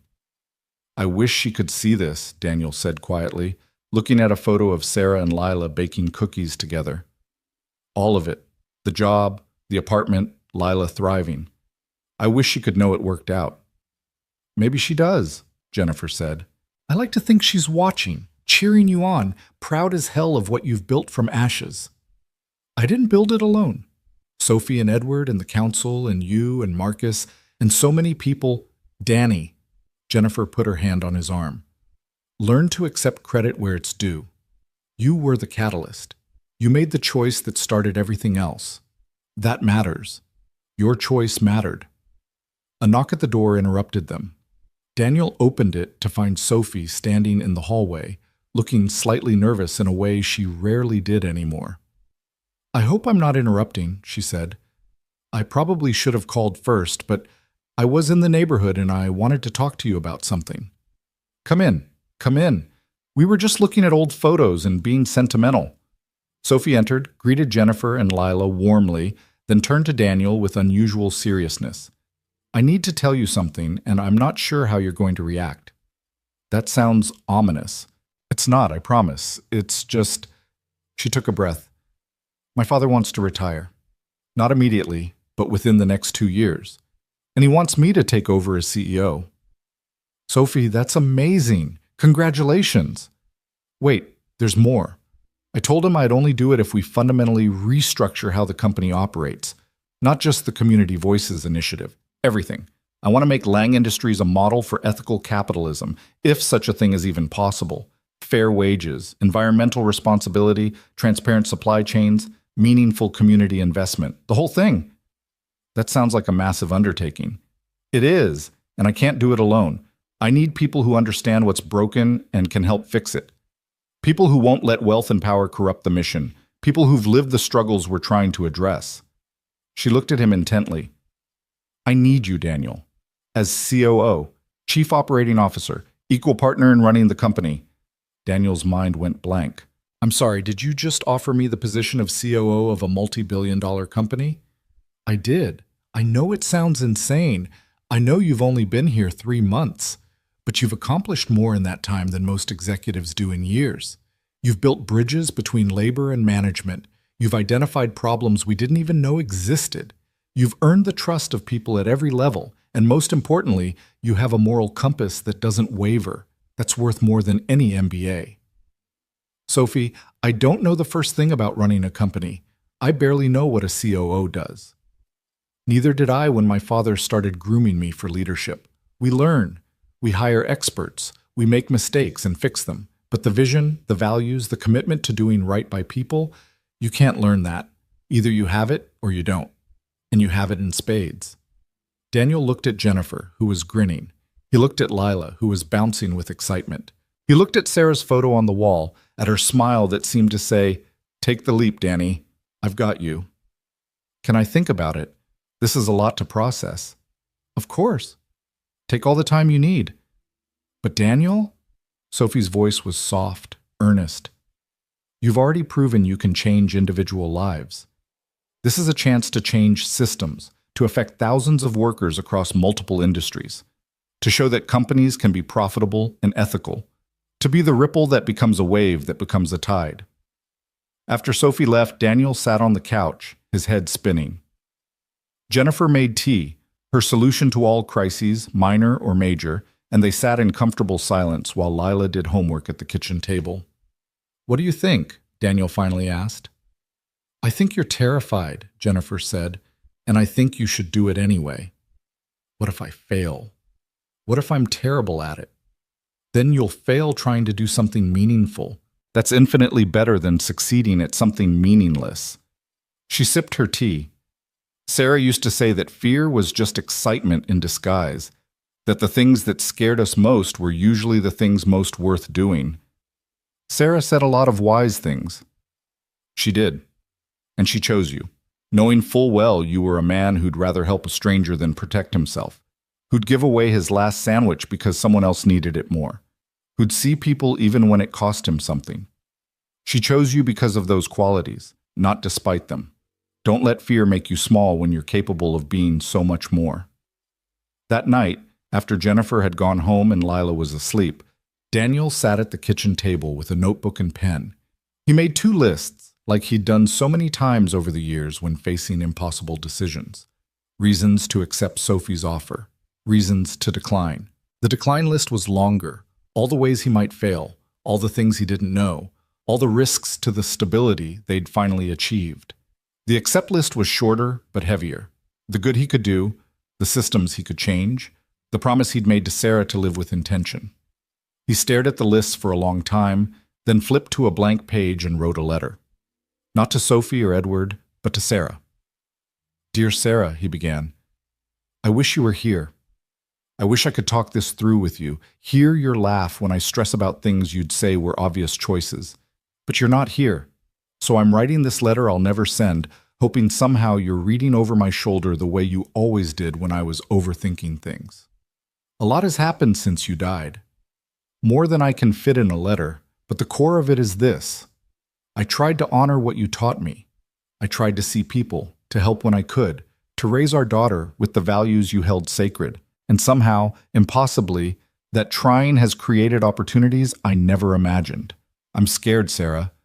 Terrified, actually. They want me to help run a company, to make decisions that affect thousands of people, to be a leader when I barely feel qualified to lead myself. But I hear your voice in my head saying what you always said: fear is just excitement in disguise. And maybe you're right. Maybe I'm not terrified of failing. Maybe I'm terrified of succeeding, of becoming something more than the simple life we'd planned. But our daughter is watching. She's learning what it means to face fear and choose courage anyway. And I need her to see that growth is possible, that we're never too old or too broken to become more than we were. So I'm going to say yes. I'm going to take this impossible job and probably make a million mistakes. But I'm going to try. For you, for Lila, for all the Patricias sleeping in their cars and all the Sophies testing humanity and finding it wanting. For the kid I was who never thought he'd amount to anything, and the man you saw in me even when I couldn't see it myself. I love you, I miss you, and I promise I'll make you proud. Always yours, Danny. He folded the letter and tucked it into the frame of their wedding photo. Then he picked up his phone and called Sophie. "It's 11 at night," she answered, laughing. "I didn't expect to hear from you until tomorrow at least." "I don't want to wait. I'll do it. I'll be your COO. I have conditions, but yes, I'll do it." Conditions? The Community Voices Council gets real power, not just advisory roles. We establish a clear pathway for hourly workers to move into management. We commit to environmental sustainability even when it's expensive. And we measure success not just in profits, but in human impact. Can you agree to that? "I can agree to all of it," Sophie said. "Welcome to the team, partner. This is going to be amazing or a complete disaster." "Oh, probably both," Daniel said. Probably both." The next morning, Daniel woke early and made breakfast, real breakfast, eggs and toast and fresh fruit, the kind of meal that had been a luxury just months ago. Lila emerged from her room, still half asleep, drawn by the smell of cooking. "Morning, baby girl. How'd you sleep?" "Good. I had a dream about Mama. She was in a garden and she was smiling." "Yeah? What was she smiling about?" "I don't know, but she looked happy, really happy. Like she knew a good secret but wasn't telling." Daniel plated the eggs, thinking about Sarah's smile, about the secrets happiness holds. "I have news, Lila. I'm going to take a new job, a bigger job. It's going to mean more responsibility, longer hours sometimes, but also more ability to help people." Lila nodded seriously, processing this information. "Will you still have time for me?" "Always. That's non-negotiable. You're my first priority, no matter what job I have or how busy I get. You believe me?" "I believe you." She took a bite of eggs. "Daddy, can I ask you something?" "Anything." "Do you think what happened, the sandwich and the video and all of it, do you think it happened for a reason? Like maybe Mama arranged it somehow?" Daniel sat down next to her, considering the question seriously. "I don't know if life works that way, baby. I don't know if there's some grand plan or if it's all just chaos and coincidence. But I know this. Your Mama taught us to be ready, to see opportunities for kindness and take them. So whether she arranged what happened or not, she definitely prepared us for it." "That sounds like Mama," Lila said with a small smile. "Always preparing us for things we didn't know were coming." They finished breakfast together, then walked to school like they did every morning. It was a routine Daniel cherished, these quiet moments with his daughter, no cameras or interviews or corporate responsibilities, just father and daughter moving through the world together. At the school gates, Lila hugged him extra tight. "I'm proud of you, Daddy, for being brave, for helping people, for being you." "I'm proud of you too, baby girl, for being kind and smart and seeing the best in people. You're going to change the world someday." "Maybe we both will," she said, then ran off to join her friends, her backpack bouncing, her laughter carrying on the wind. Daniel walked to Lang Industries. It was only 20 minutes from Lila's school now, one of the reasons he'd chosen their new apartment. He could have taken a car, but he preferred walking, liked the time to think and observe and stay connected to street-level reality. Edward was waiting in the lobby when Daniel arrived. "Sophie told me the news. Congratulations, partner." "Thank you, and thank you for taking a chance on me. I know I'm not the conventional choice for COO." "Conventional choices produce conventional results," Edward said. "We're trying to do something different here, something that matters, that requires unconventional people." They rode the elevator together to the executive floor. Daniel still wasn't entirely comfortable there, still felt like an imposter among the suits and the expensive furniture, and entered the conference room where the board was gathering for a special announcement. Sophie was already there, looking nervous and excited and ready. When she saw Daniel, she grinned. Ready to blow up some minds? As ready as I'll ever be. The board members filed in, most of them unaware of why they'd been called. Gerald Hutchins was there, looking suspicious. Margaret, the assistant, was setting up presentation equipment, and in the back corner, almost invisible, Marcus Chen sat with his camera, documenting everything for a video series he was doing on corporate transformation. Edward called the meeting to order. Thank you all for coming on short notice. We have significant announcements about the future direction of Lang Industries. Sophie? Sophie stood, radiating confidence that Daniel knew was at least partly performance. In 18 months, my father will step down as CEO, and I'll assume that role. But we're not just changing leadership, we're changing everything about how this company operates. We're committing to become the most ethical, sustainable, socially responsible corporation in our industry. And to make that happen, I've asked Daniel Cross to serve as COO. The room erupted. Questions, objections, expressions of shock and confusion, and in a few cases, genuine excitement. Gerald looked like he might have that stroke he'd been threatening during the wage proposal presentation. He's been here 3 months, someone objected. He has no business experience. This is insane. Edward raised his hand, and the room fell silent. Let me tell you something about Daniel Cross. 3 months ago, he gave away his last meal to a stranger without knowing who she was or expecting anything in return. That single act revealed something we'd been missing: the human cost of our business practices, the gap between our stated values and our actual impact, the people we'd forgotten to see. In 3 months, Daniel has accomplished what most executives couldn't do in years. He's built genuine trust across all levels of the organization. He's identified systemic problems and proposed practical solutions. He's reminded us why we're in business in the first place, not just to generate profit, but to create value for all stakeholders, not just shareholders. Some of you will think this is a mistake. Some of you will fight this change. That's fine. You're free to dissent, to vote no, to resign if you can't support this direction. But I want to be clear. This isn't just about adding one person to leadership. This is about fundamentally rethinking what success means and who gets to define it. The debate raged for 2 hours. Daniel sat mostly silent, letting Sophie and Edward make the case, answering questions when asked but not defending himself. He'd learned that the best response to skepticism was patient competence. Let the work speak for itself. Finally, exhausted, the board voted. 10 in favor, 5 against, 2 abstentions. Daniel was officially COO of Lang Industries. Gerald approached him afterward, his expression unreadable. I voted against you, he said bluntly. I know, that's your right.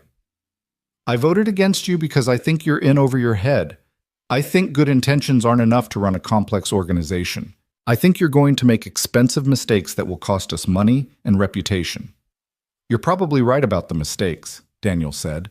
I definitely will make them, but I'll own them and learn from them. Can you work with someone you voted against? Gerald studied him for a long moment. Yes, because despite everything, I think you're genuine. And genuine is rare enough that I'm willing to give you a chance to prove me wrong. He extended his hand. Welcome to the executive team, Mr. Cross. Try not to bankrupt us. Daniel shook his hand, appreciating the grudging respect. I'll do my best. The rest of the day was a blur of meetings and introductions and administrative details. Daniel's office was on the 20th floor with a view of the city that still took his breath away. His assistant, a competent woman named Rachel, who seemed bemused by his insistence on making his own coffee, walked him through his calendar for the coming weeks. You have a meeting with the Warehouse Workers Union on Tuesday, she recited. Community Voices Council session Thursday. Press conference about the wage initiative Friday. And someone from the mayor's office called about a city task force on homelessness. They want you to participate.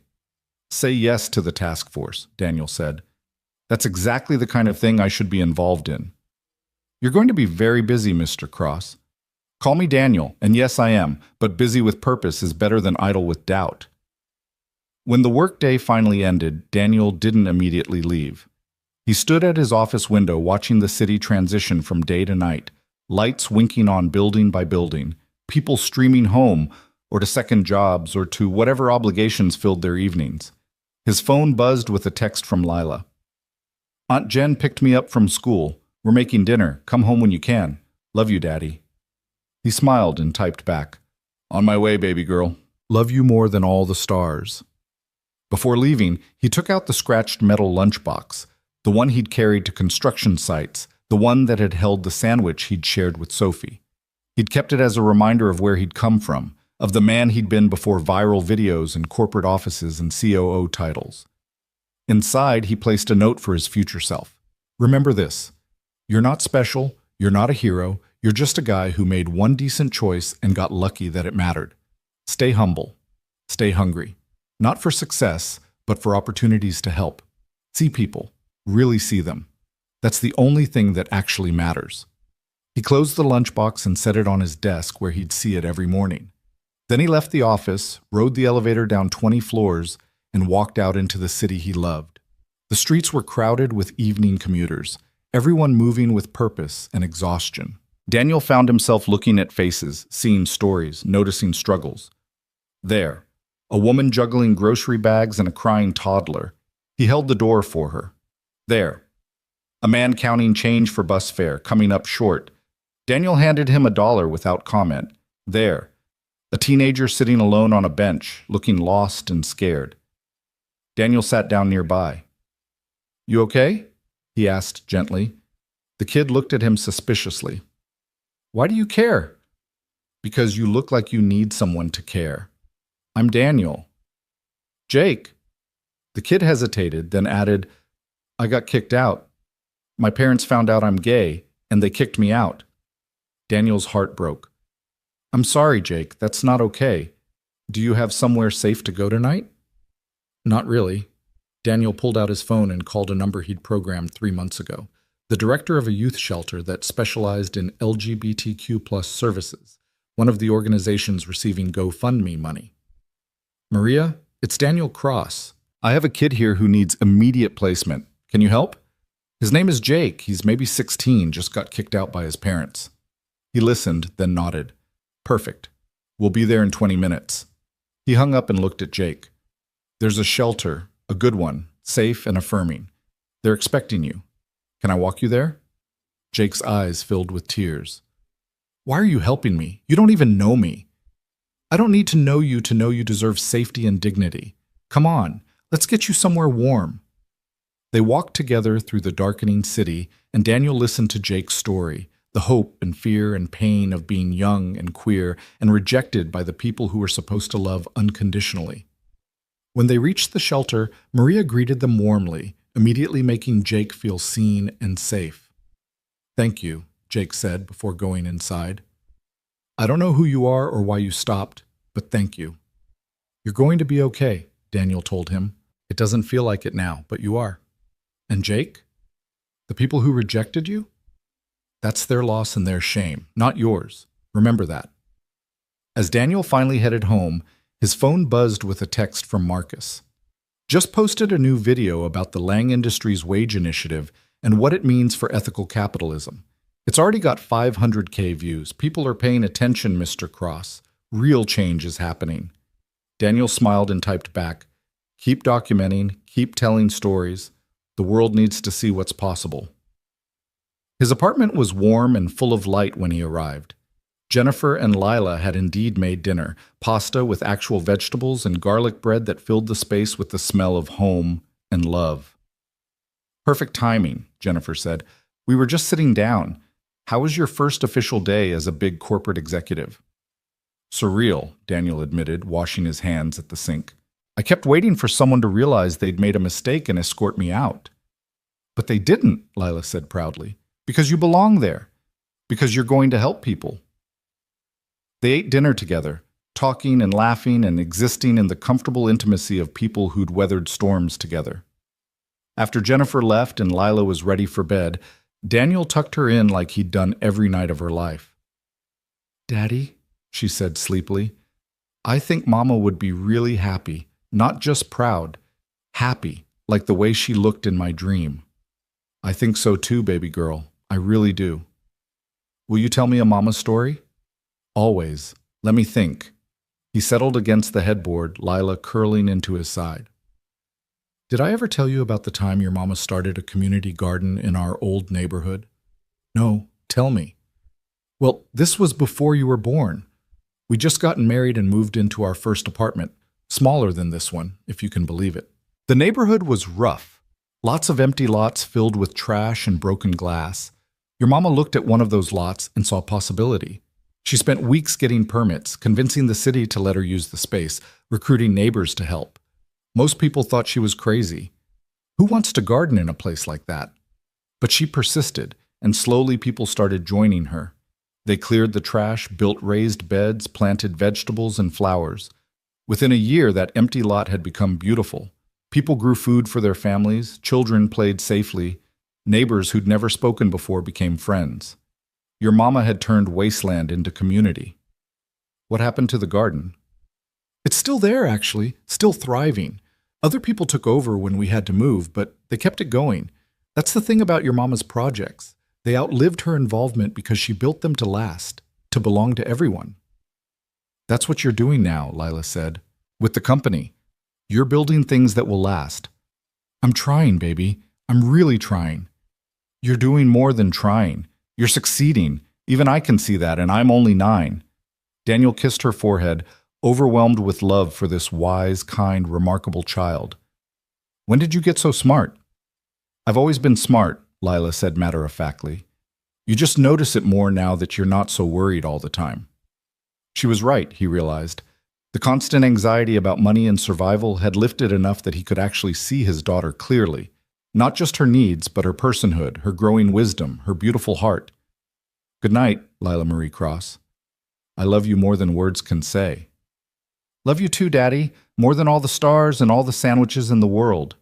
He left her door cracked open and walked to the window, looking out at the city he was learning to serve in new ways. Somewhere out there, Patricia Morrison was probably sleeping in an actual bed for the first time in months. Somewhere, Jake was finding safety and acceptance. Somewhere, Marcus was editing videos that would inspire others to document kindness. Somewhere, people were choosing to see each other, to help each other, to be the first ripple in ponds of possibility. And here, in a modest apartment in a city of millions, a single father stood at a window and let himself believe that one man's choice, one sandwich shared on a rainy night, could genuinely change the world. Not because he was special, not because he was a hero, but because kindness, real kindness, was contagious in ways that cruelty could never match. He pulled out his phone one more time and composed a final text to Sophie. Thank you for seeing potential in a construction worker with a sandwich. Let's build something remarkable. Her response came quickly. We already are, and this is just the beginning. Daniel smiled, set down his phone, and walked to the wall where Sarah's photos hung. He touched the frame of their wedding picture, remembering that day, that young man who'd promised to love her forever, who'd had no idea how hard and beautiful and impossible and meaningful that promise would become. I kept my promise, Sarah, he whispered. I'm still trying to be the man you saw in me. I'm still seeing people. I'm still sharing sandwiches, metaphorically speaking. And our daughter, God, Sarah, you should see her. She's everything you dreamed she'd be. Kind and brave, and so much smarter than either of us. The photo said nothing, but in the curve of Sarah's smile, Daniel could almost hear her voice. I always knew you would, Danny. I never doubted it for a second. Outside, the city hummed with its endless energy. Millions of stories unfolding simultaneously. Millions of choices between kindness and cruelty being made every moment. And somewhere in that vast complexity, in the space between one person's need and another person's response, the future was being written one sandwich at a time. Daniel Cross, former construction worker, current COO, eternal father and husband and human being trying his best, stood at his window and made a quiet promise to everyone he'd ever helped and everyone he would help tomorrow. I see you, he said to the city, to the night, to the universe. I see you and you matter. Every single one of you matters. And in the morning, he would wake up and prove it all over again. Because that's what ripples do. They keep moving, keep spreading, keep touching shores you never knew existed. And that's what love does. It transforms small moments into movements, sandwiches into revolutions, ordinary people into extraordinary forces for good. Not because they're special, but because they choose to be. Every single day. One act of kindness at a time.